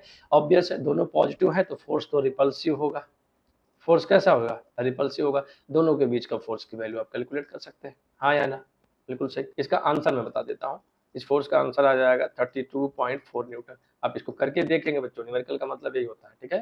तो यहाँ तक बात क्लियर है, नेक्स्ट क्वेश्चन पे चलते हैं। टू आपका नेक्स्ट क्वेश्चन है, टू आइडेंटिकल, देखिए इंपॉर्टेंट है बच्चों, इस लाइन पे याद रखिए, आइडेंटिकल मतलब दोनों का सेम साइज सेम, ठीक है। प्रॉपर्टीज ऑफ चार्ज में ये बातें मैंने आपको डिस्कस की, तो फर्स्ट लेक्चर डिस्क्रिप्शन में लिंक है, पर उसको देखिए, फिर यहाँ पे इस लेक्चर को देखिएगा, ठीक है। हैव अनइक्वल अपोजिट चार्जेस, देखिए पहले अनइक्वल अपोजिट चार्जेस रखे होंगे वो बात की बात है, ठीक। 0.9 metre apart in air after bringing them in contact, ये इंपॉर्टेंट है, क्या, ब्रिंगिंग देम इन कांटेक्ट। बच्चों जब आइडेंटिकल हो, क्या है वो, आइडेंटिकल हो, ठीक, और कांटेक्ट में आ जाए, ठीक, तो दोनों पे चार्ज सेम हो जाएंगी। मैंने कहा इस पे चार्ज क्यों हो गया, इस पे चार्ज क्यों हो गया, मुझे पहले का पता नहीं, तो मैं रीडिस्ट्रीब्यूशन किया गया। तो आफ्टर कांटेक्ट जब इसको दूर दूर रखोगे तो इनके बीच की दूरी जो थी वो कितनी थी, 0.9, और जो फोर्स लग रहा था वो कितना लग रहा था, फोर्स लग रहा है 0.025 न्यूटन। सिंपल सी बात है बच्चों, फोर्स का फार्मूला आपने पढ़ रखा है, Q into Q upon 4 pi epsilon not इनके बीच की डिस्टेंस 0.9 का होल स्क्वायर। अच्छा, ये हो जाएगा क्यू स्क्वायर इंटू 9 इंटू 10⁻9 और ये 0.9 इंटू 0.9। क्या ये बात क्लियर है? और फोर्स की वैल्यू दी हुई थी आपको 0.025। क्लियर है बच्चों? तो देखिएगा ये क्यू स्क्वायर और इसको आप लिख सकते हैं 9 इंटू 10⁻9 और इसको देखिए क्या लिख सकते हैं 81। इसको ध्यान से देखिएगा बच्चों कैसे लिख रहे हैं हम लोग, ठीक है। ये क्या हो सकता है 81 इंटू 10⁻²। देखिए 2 पॉइंट है, इसका मतलब 10⁻⁻1, इसका मतलब बच्चों 10⁻⁻1। तो इसको कैसे लिख सकते हो 10⁻²। ठीक बात है। अब देखिए एक कैंसल आउट हो गया तो ये 9 हुआ, ठीक बात है। अब सबको क्रॉस मल्टीप्लाई करके क्यू स्क्वायर के इक्वल कर देते हैं। तो क्यू स्क्वायर इक्वल टू, जरा देखिएगा ये क्या लिखा है 25 इंटू 10⁻⁻3, ठीक है। यहाँ से into 9 into 10⁻⁻2 divide by 10⁻9। Clear है बच्चों? Divide by 10⁻9। तो जरा ध्यान दीजिएगा यहाँ पे, ठीक है। ये देखिए ये लिखा है 25 इंटू 9 इंटू, देखिएगा ये हो जाएगा 5 और ये ऊपर चला गया, ये 10⁻⁻9। तो ये आपको क्या दिखेगा बच्चों 10⁻⁻14, ठीक है। और ये हो जाएगा बच्चों क्यू स्क्वायर के इक्वल। क्या ये बात सबको क्लियर है? ये हो जाएगा किसके क्यू स्क्वायर के इक्वल, ठीक है। तो अब जरा गौर करिएगा बच्चों, यहाँ से अगर मैं क्यू निकालना चाहूँ तो ये रूट में लूंगा। तो देखिएगा 25 इंटू 9 इंटू 10⁻⁻14, ठीक है। अब यहाँ से देखिए कैलकुलेशन है बच्चों, तो 25 का तो 5 होगा, 9 का 3 हो जाएगा, तो 5 इंटू 3 तो ये हो जाएगा बाहर आके हो जाएगा 15 इंटू, समझे ना, 25 का 5 बाहर ले लिया, 9 का 3 ले लिया। अब इसको क्या किया 10⁻⁻7 हो जाएगा, क्योंकि 14 है 14 है तो इसको लिख सकते हो 10⁻�7 का होल स्क्वायर, हाँ या ना। ये बाहर आ जाएगा तो ये हमारा फोर्स हो जाएगा, ये हमारा चार्ज हो जाएगा कूलम में, हाँ या ना। तो दोनों पे चार्ज कितना, तब 15 इंटू 10⁻⁷। पॉइंट में लिखना तो 1.5 इंटू 10⁻�6 लिख दो। हाँ, तो ये आपका नेक्स्ट क्वेश्चन है। देखिए क्या बोला है, two similar and equally charge identical metal spheres A and B, ठीक है। चलिए तो दो आइडेंटिकल मेटल स्फीयर बना देते हैं हम लोग, एक ए बना दिया बच्चा और एक हमने ए बी बना दिया, ठीक है। ये दोनों आइडेंटिकल है, तो ये मेरा ए है, ये मेरा बी है। Equally charge, two similar and equally charge identical से इक्वली चार्ज, यानी अगर इस पे क्यू है बच्चों तो इस पे भी क्यू है। Repel each other with force, ये दोनों एक फोर्स से रिपेल कर रहे हैं, उस फोर्स की वैल्यू है 2 into 10⁻⁻5, 2 into 10⁻⁻5 newton. A third identical uncharged sphere C, एक तीसरा आइडेंटिकल स्फीयर आ गया बच्चों, वो क्या आ गया, वो आ गया आपका सी, ठीक है। तो ध्यान रखिएगा,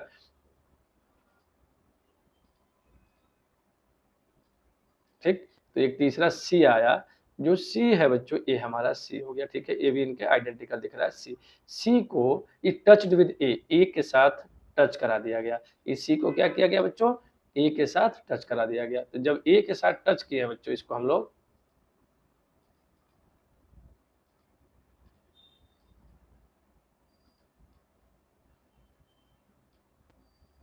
ठीक बच्चों, क्या बोला इसमें आगे देखते हैं। सी को ए से टच करा दिया गया, ठीक है, ध्यान रखिएगा, सी को ए से टच करा दिया गया। अब फिर इस सी को उठा करके दोनों के मिड पॉइंट में रख दिया गया। तो सिचुएशन क्या होगी बच्चों जरा समझिए, ये हमारा ए हो गया, ठीक बात है, ये हमारा बी हो गया, ये भी ठीक बात है, ठीक। अब इस ए पे पहले चार्ज था क्यू, और जब टच करा के बच्चों, टच करा के जब अलग अलग करेंगे तो चार्ज इक्वली बढ़ जाएगा, ठीक है। ये क्या था एडिटिव नेचर ऑफ चार्ज, ये आपको बताया गया है। तो अब इस पे चार्ज हो गया q/2। इन दोनों की लाइन को मिलाने वाली लाइन के ठीक बीच में मैंने सी को पुट कर दिया, ठीक बीच में मैंने सी को पुट कर दिया, हाँ या ना, ठीक बीच में है बच्चों, ध्यान रखिएगा, ठीक। और इस पे भी चार्ज हो जाएगा q/2 और इस पे तो चार्ज q ही रहेगा। ये ए है, ये सी है और ये बी है। सवाल ये है कि क्या आपसे पूछा क्या है बच्चों, जरा गौर करिएगा इस बात पे। आपसे पूछ ये रहा है बच्चों कि इस सी पे calculate the net force on C. अब जरा गौर करिए, ये क्या करेगा, इसको ये क्या करेगा, इधर रिपेल करेगा। तो ये देखिए ये रिपेल हो गया, इस फोर्स का नाम क्या लिख सकते हो FCA, यानी सी पे ए के द्वारा। ये क्या करेगा, ये भी रिपेल करेगा, इस पे क्या लिख सकते हो FC ड्यू टू बी। तो नेट क्या होगा FCA माइनस FCB, जो भी आप करना चाहो, ठीक। तो आप ये देख सकते हो कि दोनों के बीच के डिस्टेंसेस क्या रहेंगे, ठीक है। तो पहले तो जो डिस्टेंस था इनके बीच का वो मान लीजिए कि अब R था, जब R था तो फोर्स इतना था। ध्यान रखिएगा, पहले क्या था force equal to k q square upon r square. ये बात आपको पहले से पता थी बच्चों। इसमें फोर्स की वैल्यू पता थी आपको कितनी, 2 इंटू 10⁻⁵ न्यूटन। इसकी जरूरत पड़ेगी तो हम यहाँ इस्तेमाल कर लेंगे सीधे सीधे से। ठीक, अब इनके बीच फोर्स देखते हैं। तो इसका एफ नेट क्या होगा, एफ नेट क्या होगा, ध्यान से समझिए बच्चों। एफ सी ए और एफ सी बी में कौन ज्यादा होगा, तो कोई भी होगा बच्चों, मैग्नीट्यूड हमको लेना है। देखिएगा ये दोनों चार्ज का मल्टीप्लीकेशन कम है, इनका ज्यादा है, और r/2 ही डिस्टेंस रहेगी। तो एफ सी ए माइनस एफ सी बी, ठीक है। तो आप ये जो बी लगाएगा वो ज्यादा होगा हमेशा, क्यों, क्योंकि दोनों के चार्ज का मल्टीप्लीकेशन ज्यादा होता है। F C B minus F C, ये बात समझ में आ रही है क्यों, ये बात क्लियर है बच्चों कि इन दोनों को हमें माइनस ही करना है। सवाल है कौन ज्यादा है कौन कम, कई बार यहाँ पे आप डिसीजन नहीं ले पाते, तो अब कोई बात नहीं, आप किसी में से किसी को माइनस करो, कैलकुलेट करो और मॉड लगा दो। क्या करो, मॉड लगा दो, सिंपल सी कैलकुलेशन हो जाएगी, हाँ या ना बच्चा, ठीक है। तो अब चलिए F C B minus F C A करते हैं। तो चलिए एफ सी बी क्या होगा, सी पे बी के द्वारा, तो क्या होगा, के Q/2 into Q upon R/2 का होल स्क्वायर माइनस के Q/2 into Q/2 upon R/2 का होल स्क्वायर। अब इसमें से कुछ बातें कॉमन हो जाएंगी बच्चों, गौर कीजिए जरा, गौर से देखिए, के बाहर होगा, R/2 बाहर होगा, R/2 का स्क्वायर यानी कि हो जाएगा 4 अपॉन आर स्क्वायर, इतना बाहर होगा, हाँ या ना, के 4 ठीक है। अच्छा देखिए ऊपर से Q/2 तो क्यू स्क्वायर यहाँ से कॉमन हो जाएगा, बचा क्या, यहाँ बच गया बच्चों 1/2 माइनस, यहाँ क्या बच गया 1/4। ऑब्वियस है, देखिए Q²/4 होगा ना, हाँ या ना। तो जरा सॉल्व कर लेते हैं, 4 k q square upon r square, और ये कितना हो जाएगा बच्चों, एलसीएम लोगे तो ये बचेगा 1/2, हाँ या ना, एलसीएम ले लो 4, तो ये 2 - 1 यानी ये क्या आ जाएगा 1/2, 1/4, सॉरी, यहाँ से जब इसे सॉल्व करोगे तो एलसीएम लोगे 4, यहाँ पे 2 - 1 1/4, ठीक। अब ये 4 से 4 कैंसिल, गौर से देखिए इसकी वैल्यू आपको पता थी कितनी, 2 इंटू 10⁻⁵ न्यूटन। यहाँ देखिए ये बात आपको पता है बच्चों, ठीक। तो सीधे सीधे इसका आंसर क्या आ जाएगा, ठीक है। अच्छा किधर की तरफ होगा, तो एलोंग सी ए, एफ सी भी ज्यादा है ना, तो एलोंग सी ए, ठीक है। ये बात याद रखिएगा, ये आपका आंसर है। क्या पूरा सवाल आपको समझ में आ रहा है बच्चों, बिल्कुल क्लियर है इतनी बात, हाँ या ना, ठीक है। चलिए आगे बढ़ते हैं, अपने नेक्स्ट क्वेश्चन पे चलते हैं, ठीक है। देखते हैं बच्चों आपका जो नेक्स्ट क्वेश्चन है वो क्या है, देखते हैं। 2 point charges having equal charges separated by 1 meter distance experience a force of 8 Newton. What will be the force experienced by them if they are held in water at the same distance? Same distance के, क्या बोला बच्चों कि दो charge हैं Q1 और Q2 air में रखी हुई हैं, 1 मीटर के डिस्टेंस पे है। तो इस समय जो फोर्स लग रहा है F0 वो 8 न्यूटन का लग रहा है, समझ गए बात को। अब इन दोनों को लेके चले गए आप कहाँ पे, वाटर पे, ठीक है। तो उस FW में FW की वैल्यू कितनी हो जाएगी, F0/K वाटर। ये बात अभी आप लोगों को पढ़ाई गई थी बच्चों, अभी पीछे हम लोगों ने पढ़ी इस बात को, क्या F0/K वाटर, हाँ या ना। के डब्ल्यू लिख लेते हैं, चलिए F0 8 है, के वाटर 80 है, सॉल्व कर दीजिए तो कितना मिलेगा 1/10, हाँ या ना, कितना हो जाएगा 1/10, क्या ये क्लियर है, 1/10 न्यूटन, ठीक। नेक्स्ट क्वेश्चन चलते हैं बच्चों। 4 equal magnitude point charges 3 microcoulomb are placed at the corners of a square that is 40 centimeter on each side. Two charges diagonally opposite to each other are opposite and the other two are negative. Find the force on either negative charge. ठीक है, ये ठीक है। इस सवाल को देखते हैं, देखिए बच्चों इस तरह के सवाल कूलम्ब लॉ में जो है वो बेहद ही इंपॉर्टेंट होते हैं। क्या बोला जा रहा है आपसे, इस पे जरा गौर करिएगा, ठीक है। आपसे कह रहा है बच्चों कि एक स्क्वायर है, गौर करना बच्चों इस पे, ठीक है। ज्योमेट्री समझने की कोशिश करिएगा। एक स्क्वायर है जिसकी साइड लेंथ 40 सेंटीमीटर है। आपसे ये बोला जा रहा है बच्चों कि दो चार्जेज हैं, मतलब वो कैसी हैं, डायगनली अपोजिट रखी हैं, वो दो पॉजिटिव हैं, बाकी के जो दो हैं वो दो निगेटिव हैं, ठीक है। तो मैंने कहा बच्चों जरा ध्यान दीजिएगा यहाँ से एक बार, मैंने कहा देखिए बच्चों ये 40 सेंटीमीटर का एक स्क्वायर है, ठीक है। मैंने कहा इस डायगोनल पे चार्ज है Q1, इस डायगोनल पे Q2, इस पे Q3 और इस पे Q4, ठीक है।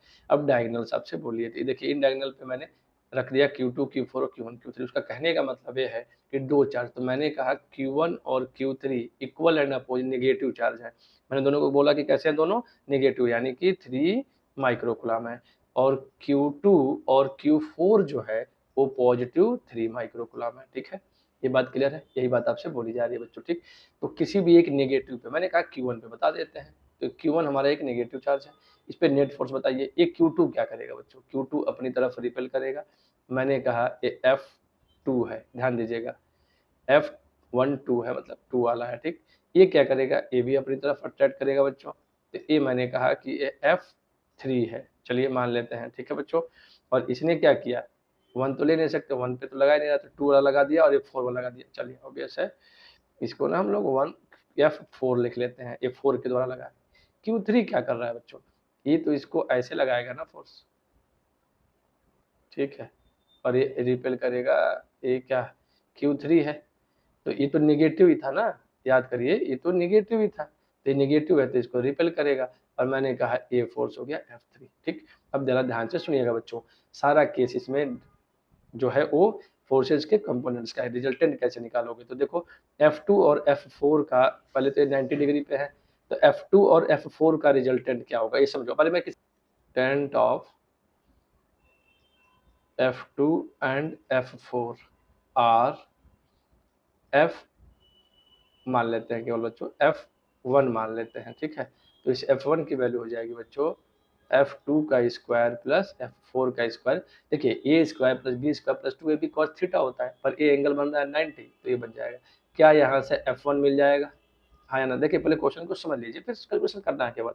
क्या F1 मिल जाएगा, F2 और F4 का रिजल्टेंट। अब उसके बाद देखिए बच्चों, F3 और F1 are opposite direction, F1 and F3 are in opposite direction, opposite direction, तो एफ नेट कैसे निकालोगे, अब तो इन दोनों का रिजल्टेंट इधर लग रहा है ना बच्चों, ये F1 तो इधर लगा ना, F2 और F1 का रिजल्ट, F2 और F4 का रिजल्टेंट, अब ये दोनों एक लाइन में आ गए तो माइनस करना होगा, या तो F1 माइनस F3 या F3 minus F1 minus F3। ठीक है, इसको मैग्नीट्यूड ले लेते हैं, जो ज़्यादा कम होगा उसको देखेंगे और इसको सॉल्व कर लेंगे। अब सवाल है कि F2 F3 और F2 F4 और F3 कितने हैं। ठीक है बच्चों, इसको कैलकुलेट कर लोगे तो फिर ये काम हमारा आसान हो जाएगा। ठीक है, तो चलिए हम लोग देखते हैं बच्चों, डिस्टेंस तो सबके लिए वही है, तो R मान लेते हैं हम लोग अभी, R इक्वल टू 40 इंटू 10 की पावर -2 मीटर, ये हमने मान लिया। ठीक, तो R ही रख के हम अपना काम कर लेंगे। ठीक है, अच्छा ये वाली डिस्टेंस कितनी हो जाएगी, अगर ये R है ये भी R है, तो ये कितनी हो जाएगी, √2R, हाँ या ना भाई, सिंपल सी बात है, √2R हो जाएगी, पाइथागोरस लगा देंगे, स्क्वायर है तो 90 पे होता है तो √2R हो जाएगी। ठीक, तो अब एक एक करके सारे फोर्सेस को कैलकुलेट कर लेते हैं बच्चों। ठीक है, तो चलिएगा एक बात ध्यान दीजिएगा जरा यहाँ पे, सबसे पहले मैंने किया बच्चों F2, तो F2 क्या करोगे, Q1 इंटू Q2, अच्छा एक बात और समझिए, Q1 Q2 Q3 Q4 सब Q के बराबर है, Q1 Q2 Q3 Q4 सब Q के इक्वल है, हाँ या ना। ठीक है बच्चों, ये बात ठीक है बच्चों, यहाँ तक बात समझ में आ रही है आपको। ठीक है, तो जो Q है, Q1 Q2 Q3 और Q4 है, ध्यान से देखिए तो 3 माइक्रो कूलम है, और कूलम्स लॉ में अभी मैंने आपको बताया ये बात कि कभी भी चार्ज के साइन को कंसीडर नहीं करते फॉर्मूले में, क्यों, क्योंकि ऑलरेडी मैंने उस चार्ज के साइन को देख करके बच्चों ये डायरेक्शंस बना रखी हैं। ठीक है, ये डायरेक्शंस बना रखी हैं, तो इस कारण हमें उसके साइन को नहीं लिखना है। ठीक है, ये बात याद रखिएगा, ठीक बात है। चलिए, तो ये Q हो गया सबका, सब इक्वल Q के बराबर है क्योंकि सब 3 है। तो चलिए F2 लिखते हैं, तो F2 लिखेंगे तो क्या लिखेंगे, Q1 इंटू Q2, F2 क्या है, Q1 इंटू Q2, दोनों की वैल्यू, चलिए एक एक लिख के दिखा रहा हूँ मैं आपको, और साथ में K लिख लेते हैं, K की वैल्यू 1/4πε। डिस्टेंस जो है वो 40 सेंटीमीटर, उसको हमने R मान लिया है तो R स्क्वायर हो गया। तो ध्यान से देखेंगे तो मिलेगा K Q स्क्वायर, गौर कीजिएगा बच्चों, K Q square upon R square, equation number 1, clear है।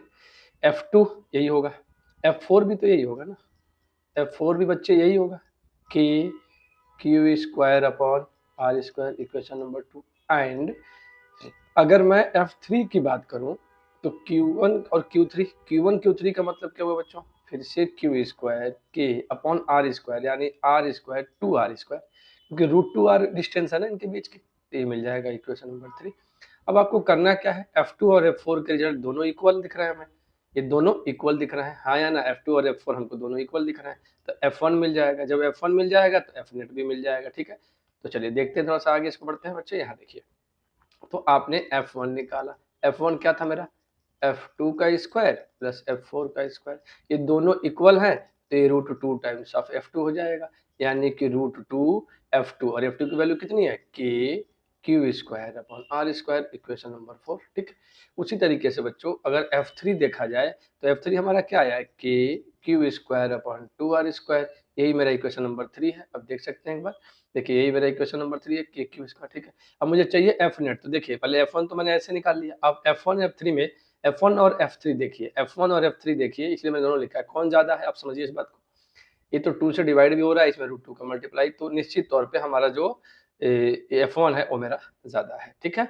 तो मैं एफ नेट कैसे में निकालूंगा बच्चों, सिंपल सी बात है, F1 minus F3, F1 minus F3, जरा गौर करिए, F1 की वैल्यू कितनी है, √2 k q square upon r square, minus ये कितना है, के q square upon 2r square, ठीक बात है बच्चों। जरा गौर करिएगा यहाँ से, आप अगर चाहें यहाँ से तो k q square upon r square बाहर ले सकते हैं, हाँ या ना।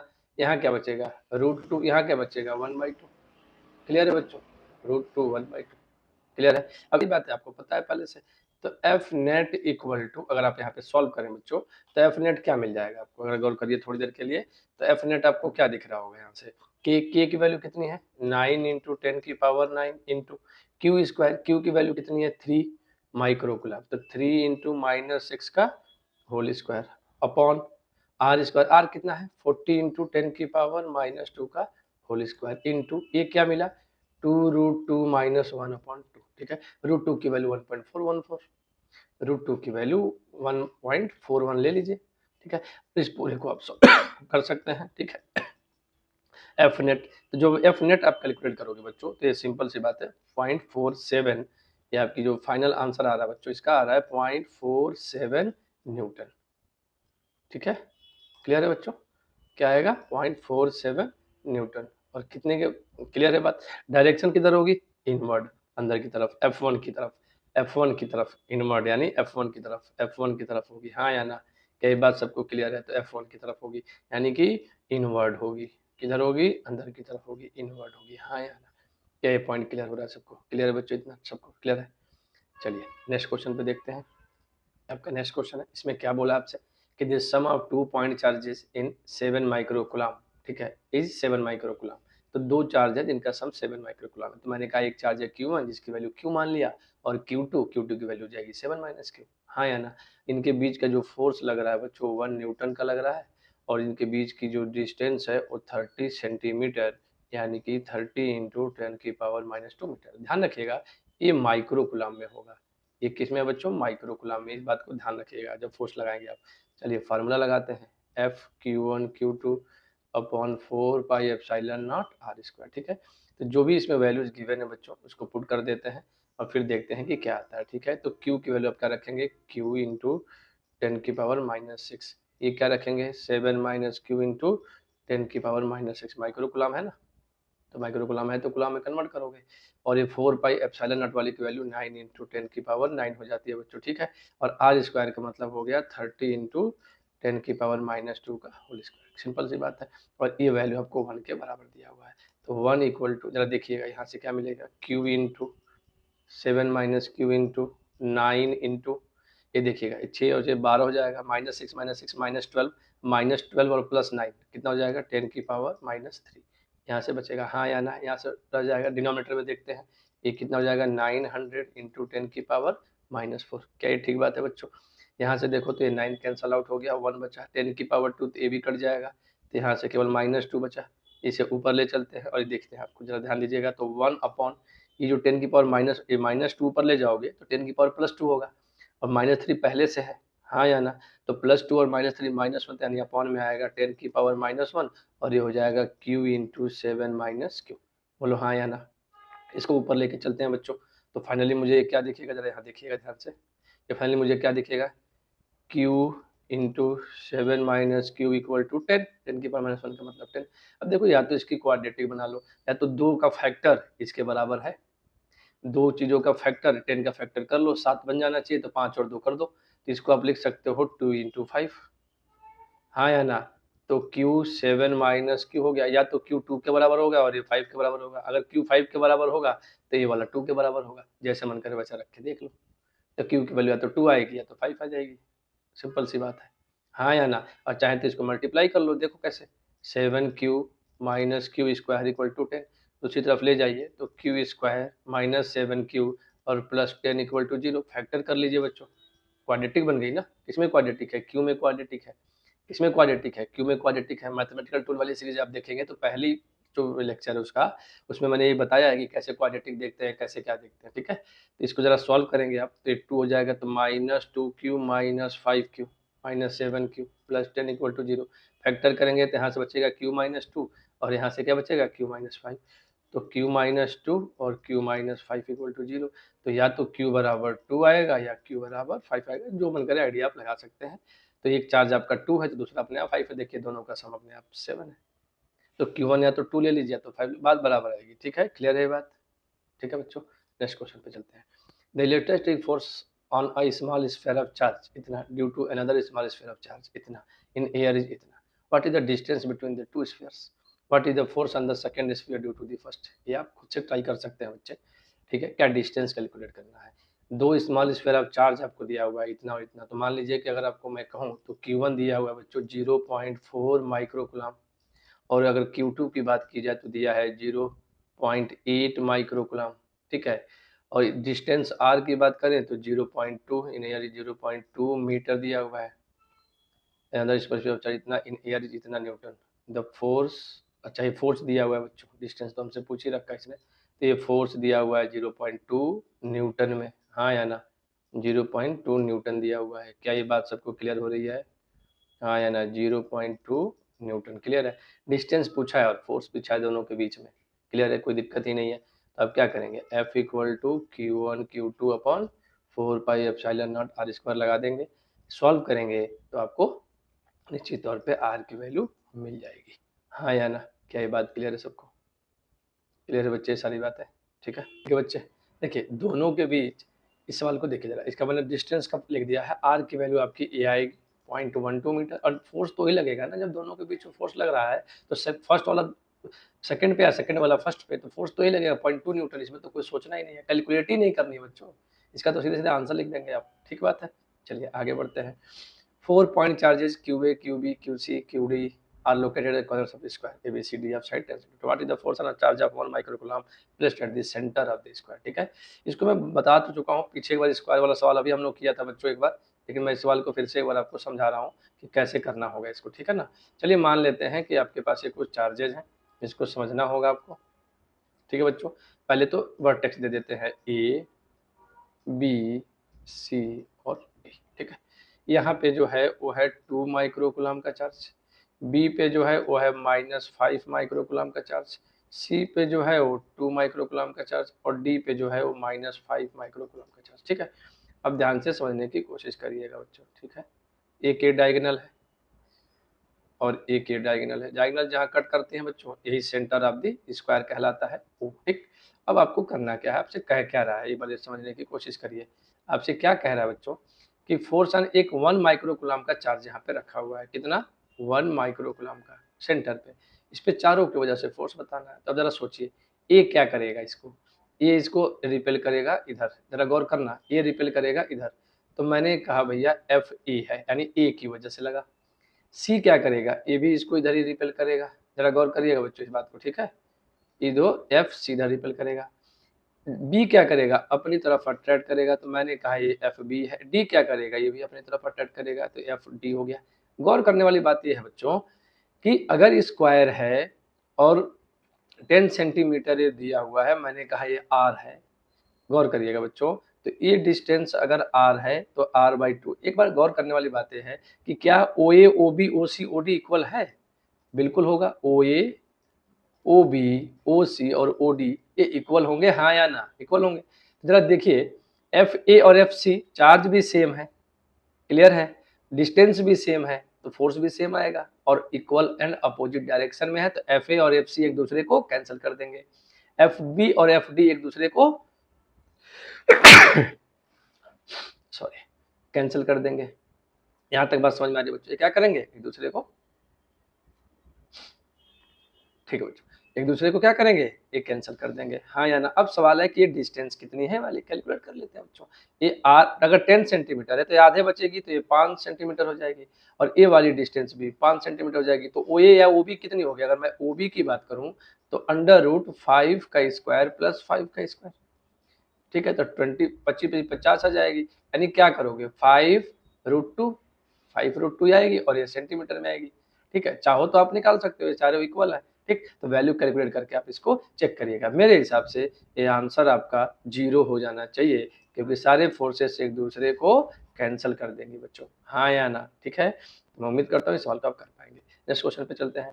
Insulated charge copper sphere A and B have their centres separated by a distance of 50 centimeter. Full stop. What is the mutual force of electrostatic repulsion if the charge on each is itna? The radii of A and B are negligible compared to the distance of separation. What is the force of repulsion if each sphere is charged double the above amount and the distance between them is half? ठीक है, एक बढ़िया सवाल है, इसको ध्यान से देखिएगा बच्चों।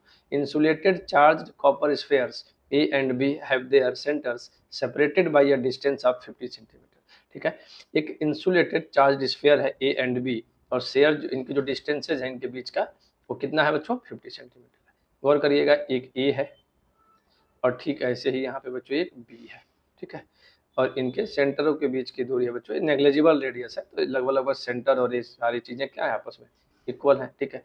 कितनी है ए वाली, अगर ए है, ए वाली बी है, और ए 50 सेंटीमीटर की distance. What is the mutual force of repulsion if the charge on each is, अच्छा इस पे भी क्यू है और इस पे भी क्यू है, और इस क्यू की वैल्यू दी है बच्चों 6.5 into 10⁻⁷ coulomb, the radii of, ठीक है।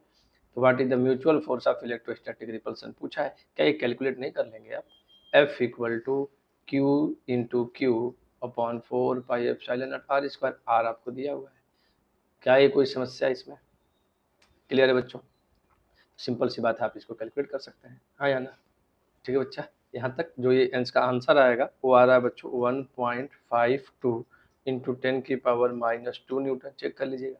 फिर क्या बोला कि force of repulsion if each sphere is charge double the above amount, यानी कि ये 2q कर दिया गया, चार्ज ये 2q कर दिया गया, ये 2q कर दिया गया, और डिस्टेंस जो r था वो r डैश है, वो r/2 कर दिया गया, यानी कि ये 25 सेंटीमीटर कर दिया गया।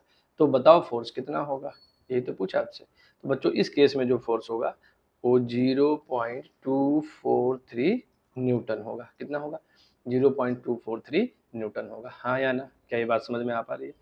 नेक्स्ट क्वेश्चन पे चलते हैं बच्चों। 2 point charges Q1 and Q2 are 3 meter apart and their combined charge is 20 microcoulomb. If one repels the other with the force of इतना, what are the two charges? Two combined charges, यानी कि पीछे आपने question किया था बच्चों, अगर मैं Q1 को Q मान लूँ और Q2 को 20 - Q, और ये सारी बातें माइक्रोकुलम में है, तो इस सवाल को हम करने वाले नहीं है। फोर्स आपको दिया हुआ है 0.075 न्यूटन। मुझे उम्मीद है कि आप इसका जवाब दे पाएंगे, जरूर हो सकती है, इसमें कोई दिक्कत वाली बात नहीं है, पर जो दो चार्जेज आएंगी, एक आएगी 5 और एक आएगी 15, तो एक 5 माइक्रोकुलम आएगा बच्चों एंड एक 15 माइक्रोकुलम आएगा, ये याद रखना है आपको, ठीक है। ये बिल्कुल पीछे एक क्वेश्चन किया था वैसा ही है, आप लोग इसे जरूर ट्राई करेंगे, ठीक है। कुछ नहीं करना बच्चों, इसमें एक क्यू को क्यू मान लेंगे और ये सारी चीजें, ठीक है। अच्छा, इसके बाद यहाँ से सवाल ये बेहद इंपॉर्टेंट क्वेश्चन है बच्चों। 2 फिक्स्ड पॉइंट चार्जेस +4e और +u, चलिए एक है 4e का एक चार्ज है, समझने वाली बात है, और एक है बच्चा +e का, ये भी एक समझने वाली बात हो गई, ठीक है। तो दो चार्जेस हैं आपके पास, एक +4e और एक +e का, सेपरेटेड बाय अ डिस्टेंस, ये जो डिस्टेंस है बच्चों इनके बीच का वो a के बराबर है, हाँ या ना। Where should a third point charge be placed for it to be in equilibrium, मैंने आपको अभी पीछे पढ़ते हुए हम लोग क्या समझे बच्चों, इक्विलिब्रियम का मतलब होता है कि नेट फोर्स 0 हो जाए। तो मैंने आपको समझाया था अभी पीछे, एक कॉन्सेप्ट याद करिए कि अगर दोनों का सेम चार्ज हो, दोनों का सेम साइन हो, लाइक चार्जेज हो, यानी दोनों पॉजिटिव हो या दोनों फिर नेगेटिव हैं बच्चों, तो हम थर्ड चार्ज जो भी रखते हैं वो कहाँ रखते हैं, इन बिटवीन, कहाँ रखते हैं बच्चों, इन बिटवीन, इन दोनों के बीच में, हाँ या ना, कहाँ रखते हैं, इन दोनों के बीच में। क्या इस बात को समझ पा रहे हैं आप लोग? ठीक है, इनके बीच में मैंने कहा कि भैया इसको ऐसा करते हैं, हम कहीं पे रख देते हैं, एक प्लस ही है एक माइनस ही है, तो एक काम करते हैं 4e से x डिस्टेंस पे रख देते हैं, तो ये डिस्टेंस अपने आप a माइनस एक्स हो गया और ये हो गया, हाँ या ना। ठीक है, अब देखिएगा यहाँ पे बच्चों एक तीसरा चार्ज रखना है, मैंने कहा वो चार्ज q है। अब दो बातें हमसे बोला है कि where should a third point charge be placed for it to be in equilibrium, कहाँ रखें कि इक्विलिब्रियम मिल जाए। ठीक है, तो ये बात हम इक्विलिब्रियम में निकाल पाएंगे, कैसे करेंगे बच्चों जरा गौर करिएगा। ठीक है, जब ये बात आती है तो ये सोचिए इक्विलिब्रियम का मतलब क्या होगा कि इन दोनों से जो फोर्स लगे नेट फोर्स जीरो हो जाए। चलिए, तो ये वाला फोर्स किधर लगाएगा, इधर लगाएगा, मैंने कहा है F1 है, प्लस ये वाला फोर्स किधर लगाएगा, इधर को लगाएगा। क्यों? क्योंकि रिपल करेंगे बच्चों, F2 है। अगर इक्विलिब्रियम है तो हम लिखेंगे इन इक्विलिब्रियम F1 का मैग्नीट्यूड और F2 का मैग्नीट्यूड इक्वल होना चाहिए। ठीक बात है, हाँ या ना। तो चलिए F1 को देख लेते हैं बच्चों। ठीक है, तो F1 को जब आप देखेंगे तो आप ये पाएंगे कि F1 कितना है, 4e k into 4e into Q upon x square, और ये किसके बराबर हो जाएगा, k into E into Q upon A minus X का होल स्क्वायर। मुझे उम्मीद है ये लाइन समझ में आ रही होगी आपको। क्लियर है ये बात बच्चों? ठीक है, तो ये बात आप लोग फिर से ध्यान रखेंगे। अब देखिएगा इस के से के कैंसिल, ए क्यू से क्यू कैंसिल, ई से ई कैंसिल, बचा क्या, ये देखिए अगर गौर करेंगे तो 2/x का होल स्क्वायर बचा, और ये क्या बचा, 1/a माइनस एक्स का होल स्क्वायर बचा। स्क्वायर रूट ले लीजिए, तो 2/x equal to 1/a minus x, इधर ले गए तो 2 into a minus x equal to x, ये हो जाएगा 2a minus 2x equal to x, तो 2a इक्वल टू 3x, तो x इक्वल टू 2a/3, हाँ या ना। ठीक है, चलिए बच्चों इसी सवाल में ना थोड़ा सा मैं एक एक्सटेंशन ये करना चाह रहा हूँ कि ये जो चार्ज आपने रखा, आपने पॉजिटिव मान के रखा, मैं ये कह रहा हूँ कि इसी क्वेश्चन को थोड़ा सा आगे बढ़ाते हैं। इसमें जो पूछा वो तो मैंने बता दिया कि 4e से 2a/3 पे, तो यहाँ से a/3 पे, सिंपल सी बात है। तो ये तो बात आपने समझ लिया। ठीक है, कि ये सेंटीमीटर मीटर जो भी आ जाएगा। ठीक, मैं कह रहा हूँ इस चार्ज की वैल्यू कितनी होगी, इस चार्ज की वैल्यू कितनी होगी। तो बच्चों क्या करते हैं, ये डिस्टेंस आपको मालूम चल गया है, आप किसी भी एक टर्मिनल चार्ज पे, ठीक है, अब मैं इस बात को आगे बढ़ा रहा हूँ बच्चों, ध्यान से देखिएगा। सारी बातें ये थी कि ये 4e है और ये e है और यहाँ पे आपने q रखा है और ये डिस्टेंस है 2a/3, ये डिस्टेंस है a/3 और टोटल डिस्टेंस है बच्चों a।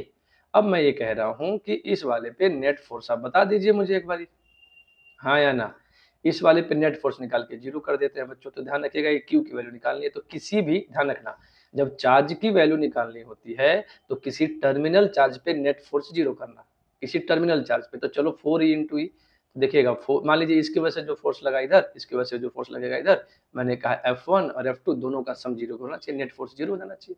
तो 4e इंटू ई के, ठीक है, और ये यहाँ से यहाँ तक की दूरी कितनी है, ए, तो ए स्क्वायर, यहाँ से यहाँ तक की दूरी कितनी है, ये तो ए स्क्वायर प्लस इसके बीच की दूरी करोगे तो क्या होगा, क्यू इंटू ई अपॉन, ये तो के रहेगा ही, और साथ में बच्चों क्या हो जाएगा, a/3 का होल स्क्वायर इक्वल टू किसके, जीरो के।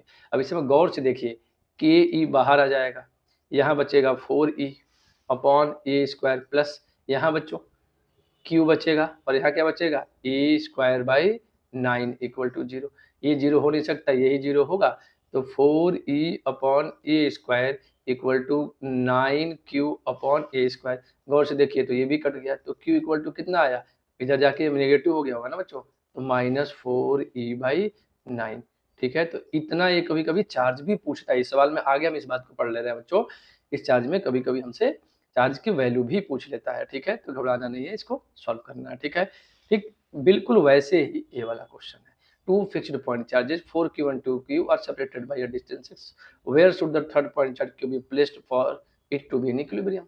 ये बात तो आसानी से कर सकते हैं आप लोग, ये अब 4q है और ये 2q है, कहाँ रखें, तो ये बीच में कहीं रख देते हैं q।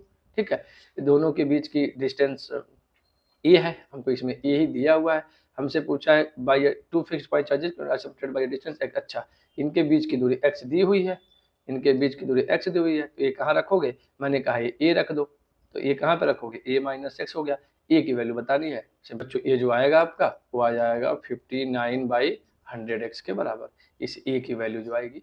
ठीक है, तो क्या ये जवाब हो जाएगा, हाँ या ना। ठीक है। नेट फोर्स इस पे 0 कर दीजिएगा ना, कैसे करोगे, ये तो बात आप क्लियर है बच्चों, ये रिपेल करेगा, ये भी रिपेल करेगा, सॉल्व कर लेंगे, जवाब हो जाएगा हमारा, हाँ या ना, कोई इतनी बड़ी बात तो नहीं होनी चाहिए इसमें, ठीक है। तो चलिए आगे बढ़ते हैं बच्चे हम लोग नेक्स्ट क्वेश्चन पे।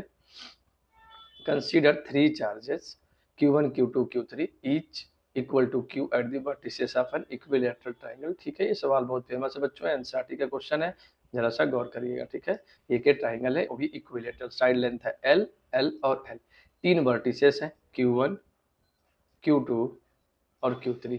What is the force acting on charge Q placed at the centroid of the triangle. तो सबसे पहले तो ये समझने की कोशिश करिए बच्चों कि सेंट्रोइड होता कहाँ है, इन तीनों को मिलाइए, इन तीनों वर्सेट्स को जब आप मिलाएंगे बच्चों, तो ये वाला जो पॉइंट है ये सेंट्रोइड कहलाता है, इसको हम लोग फिलहाल अभी O मान लेते हैं, ठीक है। हमसे क्या पूछा है कि नेट फोर्स बता दीजिए, ठीक है। तो कोई बहुत बड़ी बात नहीं है, इसमें थोड़ा सा गौर करने की चीज़ है, ठीक है। Q1, Q2, Q3 each equal to Q है, तो ए भी Q के बराबर है, ए भी Q के बराबर है, ए भी Q के बराबर है, ठीक है। चलिए एक एक करके सबसे फोर्स निकालते हैं। यहाँ पे जो चार्ज रखा है वो क्या रखा है, acting on charge capital Q with the same sign as Q। अच्छा, ये भी प्लस का Q है, अगर आपने Q रखा तो ये भी कैपिटल Q है। बताइए Q1 क्या करेगा, इसको इधर रिपेल करेगा, मैंने कहा F1 है। Q2 क्या करेगा, ये भी रिपेल करेगा, इधर करेगा, मैंने कहा F2 है। Q3 क्या करेगा, ये भी रिपेल करेगा, मैंने कहा ये F3 है। सवाल ये है बच्चों कि O से अगर ये ट्राइंगल A है, ये B है और ये C है, तो मुझे ये जानना है कि जो ये ABC दिया हुआ है बच्चों, ये लेंथ OA, OB और OC कितना है, OA, OB और OC लेंथ कितना है, ये बात हमको जाननी होगी, ठीक है। तो ये बात आपको समझना है बच्चों कि OA, OB और OC कितना है। अगर ये L है, सेंट्रॉयड है, तो मुझे इस लेंथ को निकालना होगा बच्चों, जिसका नाम है OA, OB और OC। क्यों, क्योंकि F1, F2, F3 लिखने के लिए, फोर्स लिखने के लिए आपको क्या चाहिए, 2 चार्ज चाहिए और उनके बीच की डिस्टेंस चाहिए। तो अगर F1, अगर इसके वजह से F1 है तो F1 की वैल्यू क्या लिखोगे, Q1 into capital Q, OA का स्क्वायर। तो जरा देखो मैं लिख रहा हूँ एक बार बच्चों, तो F1 क्या होगा, K Q into capital Q upon OA का स्क्वायर। F2 बच्चों क्या होगा, F2 भी यही होगा, K Q into Q upon OB का स्क्वायर। और F3 क्या होगा बच्चा, वो भी यही होगा, Q into Q upon OC का स्क्वायर। अब किसी तरीके से OA, OB, OC मिल जाए तो हमारा काम हो जाए, ठीक है बच्चे। देखिएगा यहाँ से ए वाली, देखिए AB को जो है, A और A जो आपकी दिख रही है ना, AO कहूँ मैं अगर, तो इसको मैं BC पे परपेंडिकुलर डालता हूँ यहाँ पे, ठीक है। तो मैंने कहा कि भैया जो AD है, अगर इस पॉइंट को D मैं कहूँ, तो अब देखिए OA, OB कैलकुलेट करना है मुझे, ये बात क्लियर है कि OA बराबर OB बराबर OC है, ठीक है। तो ध्यान रखिएगा, मैंने कहा AD परपेंडिकुलर टू BC, जरा गौर करिएगा बच्चों, अगर ये परपेंडिकुलर हो गया बिल्कुल ठीक है, और ये सारी बातें हैं, तो ये वाली अगर बात आप गौर करेंगे तो मुझे क्या चाहिए, मुझे AD चाहिए। तो AD कितना होगा बच्चों, जरा ध्यान देना, AD equal to AB cos 30, AD equal to AB cos 30। कैसे भाई, ये तो एंगल के बाइसेक्ट कर रहा है, तो ये अगर 60 इक्विलेटरल है तो ये 30 बनेगा, ऑब्वियस है, ठीक है। अगर ये 30 बना बच्चों तो राइट एंगल ट्राइंगल देख लीजिए आप, ये राइट एंगल ट्राइंगल को देखिए, तो cos 30 लेंगे तो क्या होगा, AD यानी बेस, तो AD base upon hypotenuse AB है, AB की वैल्यू पता है आपको, तो AD आपको मिल गया L और cos 30 की वैल्यू √3/2 होती है, ठीक है। ऐसा क्यों किया मैंने, ये काम क्यों करना पड़ा, अभी समझ में आ जाएगा आपको, ठीक है। इतनी बात क्लियर है, ठीक। अब जरा समझिएगा बच्चों, जो ये सेंट्रॉयड होता है उस AD लाइन को 2:3 के रेशियो में बांटता है, किसके, 2:1 के रेशियो में, सॉरी किसके रेशियो में बच्चों, 2:1 के रेशियो में बांटता है, किसके, 2:1 के रेशियो में, ठीक है। तो ये वाली आपकी बात समझ में आनी चाहिए, 2:1 के रेशियो में बांटता है। इसका मतलब ये होगा बच्चों, ये क्या कहना चाह रहा है, ये कहना ये चाह रहा है कि जो AO होगा वो 2/3 ऑफ AD होगा, 2/3 ऑफ AD होगा, यही बात कह रहा है हमसे। इक्विलेटरल ट्राइंगल में सेंट्रॉइड का तरीका होता है बच्चों, ये समझिएगा बात को, एक मैथमेटिक्स में पढ़ाई जाती है बात कि जो सेंट्रॉइड होता है इस लाइन को 2:1 के रेशियो में बांटता है, ठीक। तो इसका मतलब ये 2 पार्ट है और ये 1 पार्ट है, तो ये वो क्या है, इस AD का 2 पार्ट है और टोटल पार्ट कितना है, तो 2/3 है, ठीक। अच्छा जी, तो 2/3 और AD की वैल्यू हमने यहाँ पे निकाल रखी है, राइट एंगल ट्रायंगल करके कितना, L√3/2, 2 से 2 कैंसिल, अगर इसको ध्यान से देखो तो ये आ जाएगा L/√3, इस 3 को लिख सकते हो √3 इंटू √3, तो √3 से √3 कैंसिल कितना हो जाएगा L/√3। ये OB और OC ये तीनों इक्वल है, इतनी बात क्लियर हो गई, ठीक है, ये तो इक्वल हो गए। अच्छा ये देखिए F2 और F3 एंगल पे हैं बच्चों, F2 और F3 किस पे हैं, एंगल पे हैं, तो इनको अगर मैं इनका ये वो पूरा कर दूं, एक पैरेललोग्राम अगर बना दूं बच्चों इनको मैं लेकर के, तो ये इनका रिजल्टेंट होगा, और इस रिजल्टेंट की वैल्यू मैं कह रहा हूँ F4 है। इनके बीच का जो ये एंगल बनेगा, अगर ये 30 है तो ये भी 30 है, ये 30 है तो ये भी 30 है, हाँ या ना, ठीक, और ये यहाँ पे 90 है, तो ये कितना हो गया 60, और ये कितना हो गया 60, तो ये टोटल एंगल देखो, समझो बात को, ये तो 90 है ना बच्चों, यहाँ पे ये तो ये 90 है, हाँ या ना, ये 90 और ये 30, तो ये कितना बचा 60, इधर से भी देखो ये 30 है 90 तो ये 60, तो ये टोटल एंगल कितना बना, ये एंगल बन गया 120 डिग्री, ठीक है। तो अब आपको ये समझने की जरूरत है इसमें कि द रिजल्टेंट ऑफ, अच्छा एक बात और समझिएगा, डिस्टेंस अगर बराबर है तो मैं कह सकता हूँ F1 F2 F3 सब बराबर है, F1 F2 F3 सब बराबर है, हाँ या ना। तो रिजल्टेंट ऑफ बच्चों हम लोग क्या कर रहे हैं, आप जरा समझिएगा इस बात को, रिजल्टेंट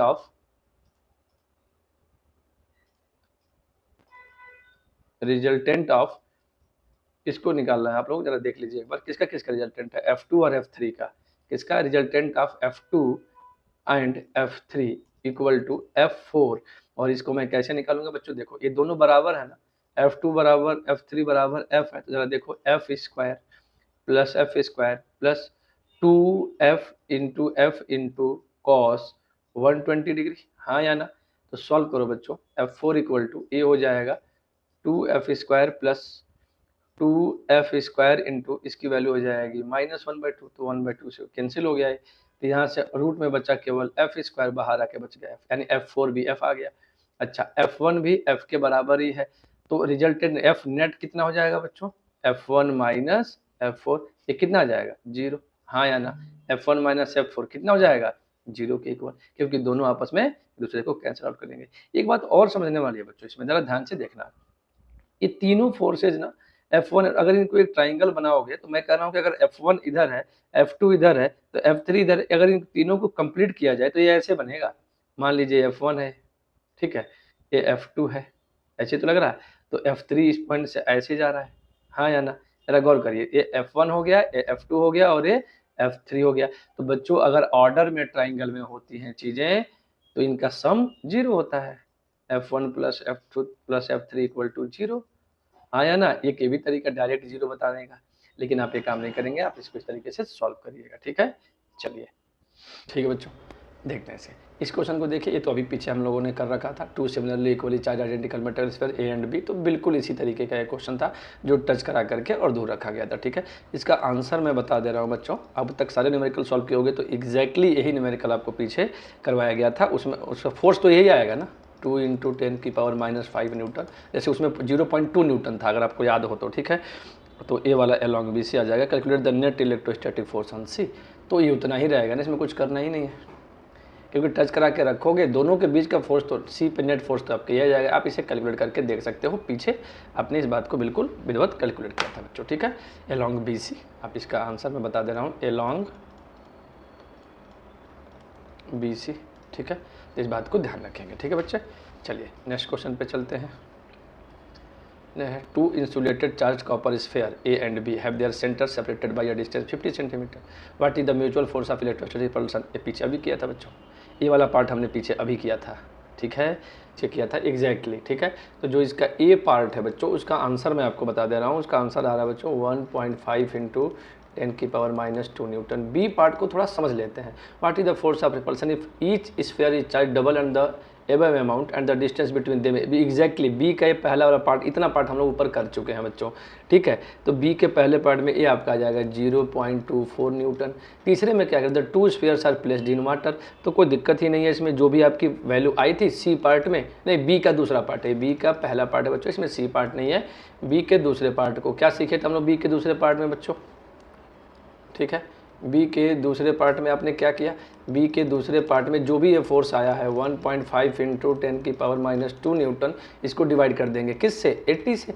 आपने पीछे इस कॉन्सेप्ट को सीख रखा है, जब आप इसको डिवाइड कर देंगे और सॉल्व करेंगे तो आ जाएगा 1.9 × 10⁻⁴ न्यूटन, ठीक है। ये सवाल पीछे एग्जैक्टली हम लोग कर चुके हैं, ठीक है बच्चों। ये याद रखिएगा, ठीक है। चलिए ये देखिए, two small balls having equal opposite charge q coulomb on each are suspended by two insulating strings of equal length L from a hook fixed to a stand. The whole setup is taken in a satellite into space where there is no gravity. State of wetness. What is the angle between the two strings? What is the tension in each string? देखिएगा बच्चों, इस बात को ध्यान रखिएगा, where is no gravity, इस बात को क्यों वो जोड़ दे रहा है यहाँ पे, there is no gravity, अभी आपको समझ में आ जाएगी बात, ठीक है। टू स्मॉल स्फेयर्स हैं बच्चों, किसी समय पे उनको हम लोग क्या किए, स्पेस में लेके चले गए। कहाँ चले गए बच्चों, स्पेस में लेके चले गए। थोड़ा सा ध्यान दीजिएगा इस बात को, कहाँ लेके गए बच्चे आप लोग, स्पेस में लेके चले गए, ठीक है। तो क्या हुआ है इसमें, इस बात को समझते हैं थोड़ा सा, ठीक है।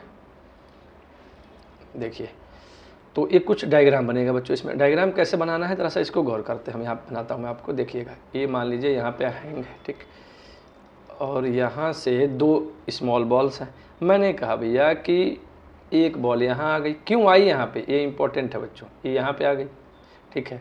और ठीक एक दूसरी बॉल हमारी ठीक यहीं पे आ जाएगी इसके, ठीक है। और मैंने कहा इनके परपेंडिकुलर से एंगल बनाया थीटा, तो ये भी एंगल बनाएगा कितना, थीटा, ठीक है। ऐसा क्यों हुआ और क्या हुआ, इसको समझते हैं बच्चों। वेट इसमें mg लगती, ठीक है। अगर हम एक समय पे देखें इस बात को, तो यहाँ से अगर ये देखें बच्चों, तो अगर ये डिस्टेंस हम x मान लें, तो इधर से भी ये डिस्टेंस x है, ठीक है। तो हमसे बोला क्या, समझ में आया, two insulating strings of equal length L metre. अच्छा, इसकी लेंथ L दिया हुआ है, L कैपिटल L मीटर दिया हुआ है, ठीक है। तो ज़रा आप गौर करिए, ज़रा समझिए यहाँ पे कुछ चीज़ों को बच्चों, ठीक है। क्या कह रहा है हमसे यहाँ पे, कुछ बातों को देखिएगा। सबसे पहले अगर दो बॉल हैं तो उनका ऑब्वियस है मास होगा और अपना एक चार्ज होगा, हाँ या ना। ये बताइए, ए वाला चार्ज अगर मैं इसको 1 कह दूँ बॉल को, और इसको दूसरा बॉल कह दूँ, तो ये क्या करेगा, इसको रिपेल करेगा ना। दोनों पे चार्ज अगर है तो ये तो इलेक्ट्रोस्टैटिक फोर्स जो है वो Fe इधर लगा, और इस पे भी इलेक्ट्रोस्टैटिक Fe इधर लगेगा। क्यों बच्चों, क्योंकि दोनों एक दूसरे को रिपेल करेंगे। अच्छा, ये स्ट्रिंग है बच्चों, थोड़ी सी मैकेनिक्स का यूज है इसमें, तो टेंशन इधर लगेगा, हाँ या ना, ठीक। अच्छा जी, ये टेंशन जो है ऐसे है। अच्छा, तो अगर मैं एक परपेंडिकुलर लाइन खींचूँ, तो अगर ये थीटा है तो ये एंगल भी थीटा बनेगा, ठीक। तो इसका कंपोनेंट अगर करेंगे तो ये हो जाएगा टी कॉस थीटा, और इधर हो जाएगा टी साइन थीटा, और mg इसकी नीचे लगेगी, हाँ या ना। तो देखिए बैलेंस कौन करा, तो Fe को कौन बैलेंस कर रहा है, T sine theta, equation number 1।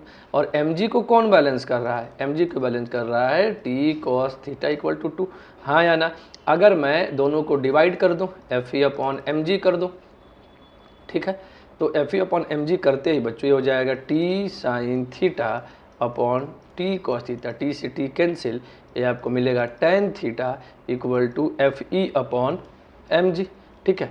अब जरा गौर करने वाली बात यह है बच्चों कि Fe की वैल्यू कितनी है भैया, तो Fe की वैल्यू हम अलग से लिख लेंगे, कितनी हो जाएगी, Q square upon 4 pi epsilon not x। तो दोनों के बीच की दूरी कितनी हो गई, 2x हो गई ना, दोनों रिपेल करके एक दूसरे से कितने दूरी पर चले गए हैं, मैंने कहा x डिस्टेंस पे, तो ये हो जाएगा 2x का होल स्क्वायर। क्या ये Fe समझ में आ रही है बात आपको, ठीक है। तो इतनी बात तो क्लियर होनी चाहिए सबको, ठीक है।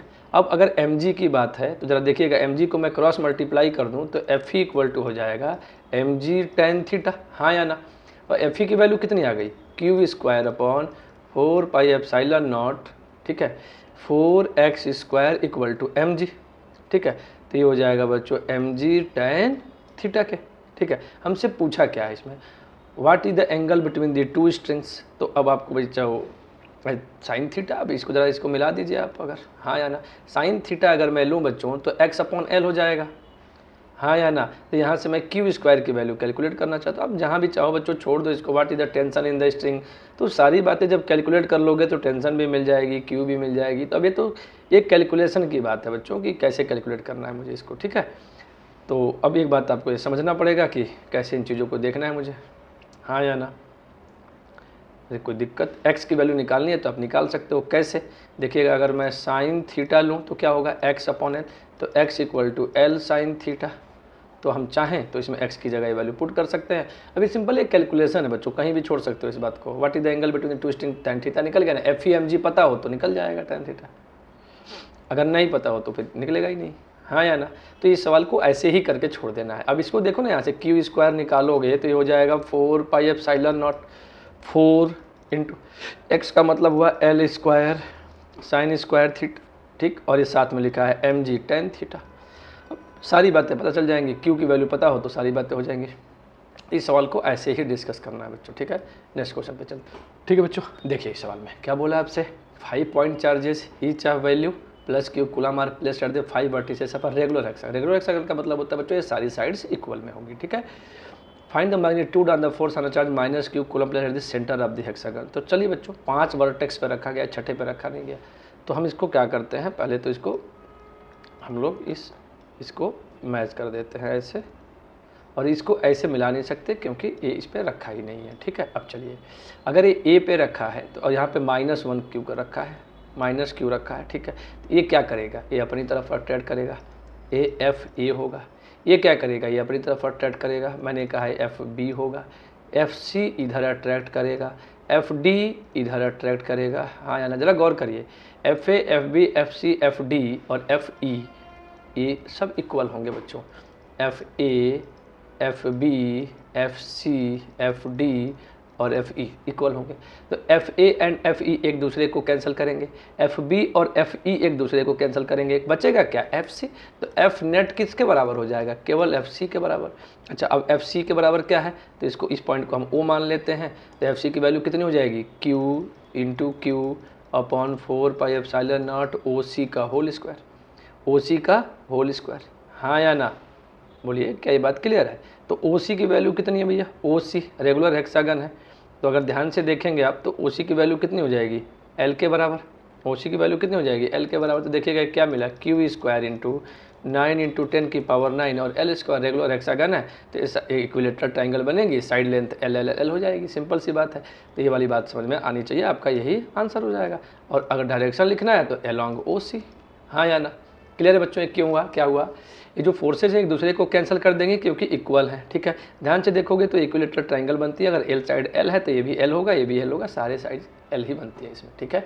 ये याद रखिएगा रेगुलर हेक्सागन के केस में, ठीक है। चलिए नेक्स्ट क्वेश्चन पे चलते हैं। अब से बोला है plot a graph showing the variation of Coulomb's force F versus 1/r²। ये इंपॉर्टेंट है बच्चों, यहीं पे बच्चे इस बात को लेके कंफ्यूज हो जाते हैं केवल, इसीलिए ये सवाल पूछते हैं लोग, ठीक है। फोर्स वर्सेस 1/r² है, ध्यान रखना। F inversely proportional to r² होती है, लेकिन अब इसको उसने एक एक्सिस मान लिया है, तो आप क्या पढ़ोगे, एफ डायरेक्टली, अगर इसको मैं p मान लूँ, F directly proportional to p है, तो ये ग्राफ क्या बनता है, निश्चित तौर पे स्ट्रेट लाइन बनेगा। इससे फ़र्क ही नहीं पड़ता है चार्ज क्या है कैसे है, ठीक है, कोई दिक्कत ही नहीं है, स्ट्रेट लाइन ही बनेगा। क्यों बनेगा, समझ में आ रहा है ना। 1/r² को इसने सेल्फ एक वेरिएबल कंसिडर कर लिया है, इस कारण। अगर r कहता तब मैं रेक्टेंगुलर हाइपरबोला बना देता। हाँ या ना, ये बात क्लियर है। नेक्स्ट क्वेश्चन पे चलते हैं। A charge have magnitude q is divided into 2 parts. एक चार्ज है जो 2 पार्ट में डिवाइड हो रहा है, q एंड माइनस q। अच्छा ठीक है, q and capital Q minus q। If the parts exert a maximum force on each other than the find the ratio capital Q upon Q, ठीक है। चलिए बच्चों कोई बात नहीं, देखिए मैक्सिमम मिनिमा का कॉन्सेप्ट समझाया जाता है बच्चों। एक बार अगर आप लोग मैथमेटिकल टूल के 4th लेक्चर को देखेंगे, इसमें कैलकुलस के बारे में कुछ जानकारी दी गई है, तो वहाँ पे इसके बारे में मैंने अच्छे से बता रखा है बच्चों, ठीक है। तो ज़रा सा गौर करिए इसमें क्या कह रहा है, ठीक है।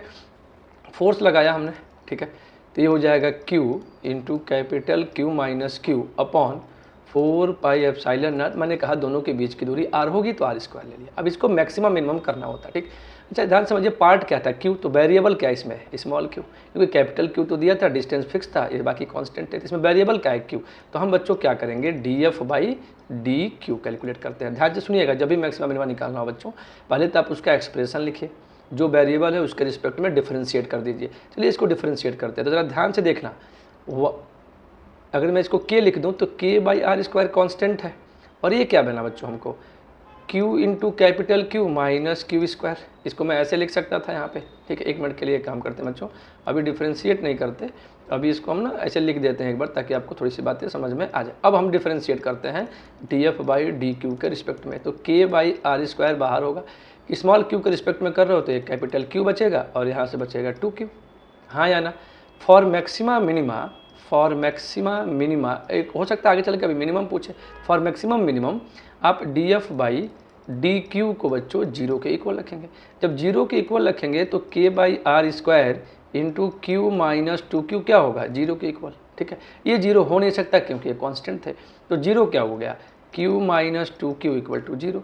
तो यहाँ से q की वैल्यू कितनी मिलेगी, q/2, हाँ या ना, ठीक है, ये बात याद रखिएगा। अभी मुझे ये क्लियर नहीं है कि फोर्स मैक्सिमा है कि मिनिमा है, तो मैं इसके लिए क्या करता हूँ बच्चों, d2F/dq², यानी कि जो एक बार आपने डिफरेंशिएट किया था, ये आपका इक्वेशन 1 हो गया, ये आपका 2 हो गया, इस 2 को फिर से डिफरेंशिएट करेंगे, फिर से करेंगे तो आएगा k/r², इस कैपिटल Q का 0 होगा और यहाँ 2q का 2। अब मान लीजिए 2x होता ना, q की जगह x होता तो डिफरेंशिएशन क्या होता, x होता, x² होता तो क्या होता, 2x होता। इसमें घबराइए मत इतना, ठीक है। अब ध्यान से देखिए तो आएगा -2k/r², जो कि निगेटिव है। अगर डबल डेरिवेटिव निगेटिव आता है तो force is maximum at small q equal to capital Q/2। इसमें स्मॉल q अगर होता तो मैं उसकी जगह कैपिटल Q/2 रखता और फिर ये निगेटिव आता, ठीक। तो हमने क्या देखा बच्चे यहाँ पे कि इस पे तो निगेटिव आ गया, तो फोर्स क्या है, मैक्सिमम एट q। अब यहाँ से रेशियो किसका पूछा है, तो देखिएगा अगर q equal to capital Q/2 है तो कैपिटल Q/स्मॉल q, ये 2 हो जाएगा, तो रेशियो कितना आ जाएगा, 2:1 का, हाँ या ना। सिंपल सा क्वेश्चन है, ये याद रखिएगा। क्या करते हैं बच्चों, कोई भी एक्सप्रेशन फिजिक्स में आए, मैक्सिमम मिनिमम पूछे, आपका काम है सबसे पहले एक्सप्रेशन लिखना, वेरिएबल ढूंढना, एक बार डिफरेंशिएट करना और उसको 0 के बराबर रखना, यहाँ तक क्लियर है। फिर डिफरेंशिएट 0 रखने के बाद जो वेरिएबल था उसकी वैल्यू निकालना, फिर जिसको एक बार डिफरेंशिएट कर चुके हो उस डिफरेंशिएट दोबारा करो, दोबारा करने के बाद जहाँ जहाँ वेरिएबल है वहाँ पे कैपिटल Q/2 डाल दो। इसमें था नहीं तो हमने रखा नहीं। अगर ये निगेटिव आया तो हम कहते हैं कि F जो है, जिसको ऊपर लिखा है यहाँ पे D के साथ, ये मैक्सिमम होगा। अगर ये पॉजिटिव आता तो हम कहते हैं कि ये मिनिमम होगा। क्लियर है ये बात, ठीक है, ठीक। चलिए, 2 charges plus Q are placed along a line, a third Q placed between them, at what position forward the value of Q will be system in equilibrium. ये सवाल पीछे भी हम कर चुके हैं, ये आपके सेल्फ के लिए है बच्चों, आप इसको ट्राई करेंगे, ठीक है। चलिए नेक्स्ट क्वेश्चन पे चलते हैं। ये क्वेश्चन अभी पीछे हम लोगों ने फिर अभी किया था, अभी ये 23 नंबर पे था क्वेश्चन, एग्जैक्ट यही था क्वेश्चन। उसमें है जब सो डेट, यही तो सो आया था हमारा। अब आप पीछे जाके देखिए ना, 4mg L² sin² theta tan theta, ये वाला क्वेश्चन है बच्चों। अभी जो हम लोगों ने एक पेंडुलम टाइप बना करके सवाल किया था ना, ये वाला देखो ना, लास्ट में यही तो आया है। देखो mg L² sin² theta 4πε0 4 tan theta, यही तो हमसे बोला है इसमें सेव करने के लिए, ठीक है। तो आप इसको देखिए, क्वेश्चन नंबर 20 के एज इट इज़ है। क्वेश्चन नंबर कौन सा, 20 एज इट इज़ है, ठीक है, एज इट इज़, ठीक है। समझ में आ रही है बात कि नहीं आ रही है, ठीक है। तो यहाँ तक की सारी बातें आप लोग को क्लियर होंगी बच्चों। मैं ऐसा उम्मीद करता हूँ कि सबने ये सारी चीज़ें कर ली होंगी, देख ली होंगी, कहीं कोई समस्या नहीं होगी बच्चों, ठीक है। क्लियर है इतनी बात, ठीक। तो देखिए, इन सब चीज़ों का फ़ायदा तभी है बच्चों जब आप लोग थोड़ा सा मन लगा के पढ़ाई करें, ठीक है, और चीज़ों को देखिए, ठीक है। तो एक कूलम्ब्स लॉ पे आपको मैंने सारे कॉन्सेप्ट सिखाए, फिर ये न्यूमेरिकल का पूरा सेशन आपके लिए किया गया बच्चों, ठीक है। 25 क्वेश्चंस इसमें से हो सकता है 1-2 रिपीट जैसे दिख रहे हों, और सिमिलरली आपके प्रैक्टिस के लिए है बच्चों, ये नहीं कि जानबूझ कर रखा गया। आप उसको दोबारा करिए, रिकॉल करिए और उसको करके देखिए, ठीक है, ठीक। चलिए बच्चों, देखिए ये वाला चैप्टर तो हम लोग यूट्यूब पर डाल देंगे बच्चों, ठीक है। इसके बाद के चैप्टर्स के लिए आपको हमारा ऐप डाउनलोड करना होगा, उस ऐप में आपको कोर्सेज जो है उसमें एनरोल करके और आप इन सारी चीज़ों को देख सकते हैं, ठीक है। देखिए, प्रैक्टिस सेशन वगैरह ये सब चीज़ें आती रहेंगी बच्चों, पर पूरे चैप्टर को जैसे अभी कूलम्ब्स लॉ पढ़ाया गया उस तरीके से पढ़ाने के लिए आपको वो बैच में एनरोल होना ही होगा, ठीक है। फिलहाल इस PDF के लिए जो भी असाइनमेंट है, इसकी PDF के लिए आपको टेलीग्राम चैनल आपको ज्वाइन करना ही होगा बच्चों। उसी में आपको इसके PDF, जितने भी क्वेश्चन आपने किए हैं, इस क्वेश्चन की पूरी PDF विद सोल्यूशन जैसे भी सॉल्व हुआ है वैसे ही आपको बिल्कुल टेलीग्राम चैनल में मिल जाएगा। Brain core classes, brain core live के नाम से होगा। डिस्क्रिप्शन में लिंक है, क्या बच्चों, लिंक इन डिस्क्रिप्शन में लिंक है, वहाँ से जाकर के ज्वाइन हो जाइए आप टेलीग्राम चैनल पे। वहाँ पे आपको इसकी PDF वगैरह सारी बिल्कुल आसानी से मिल जाएंगी बच्चों, ठीक है। मैं उम्मीद करता हूँ यहाँ तक की सारी बातें आपने पढ़ी होंगी, समझी होंगी। इसके आगे हम लोग नेक्स्ट लेक्चर पे चलेंगे बच्चों। आज के लिए इतना ही, बहुत बहुत धन्यवाद।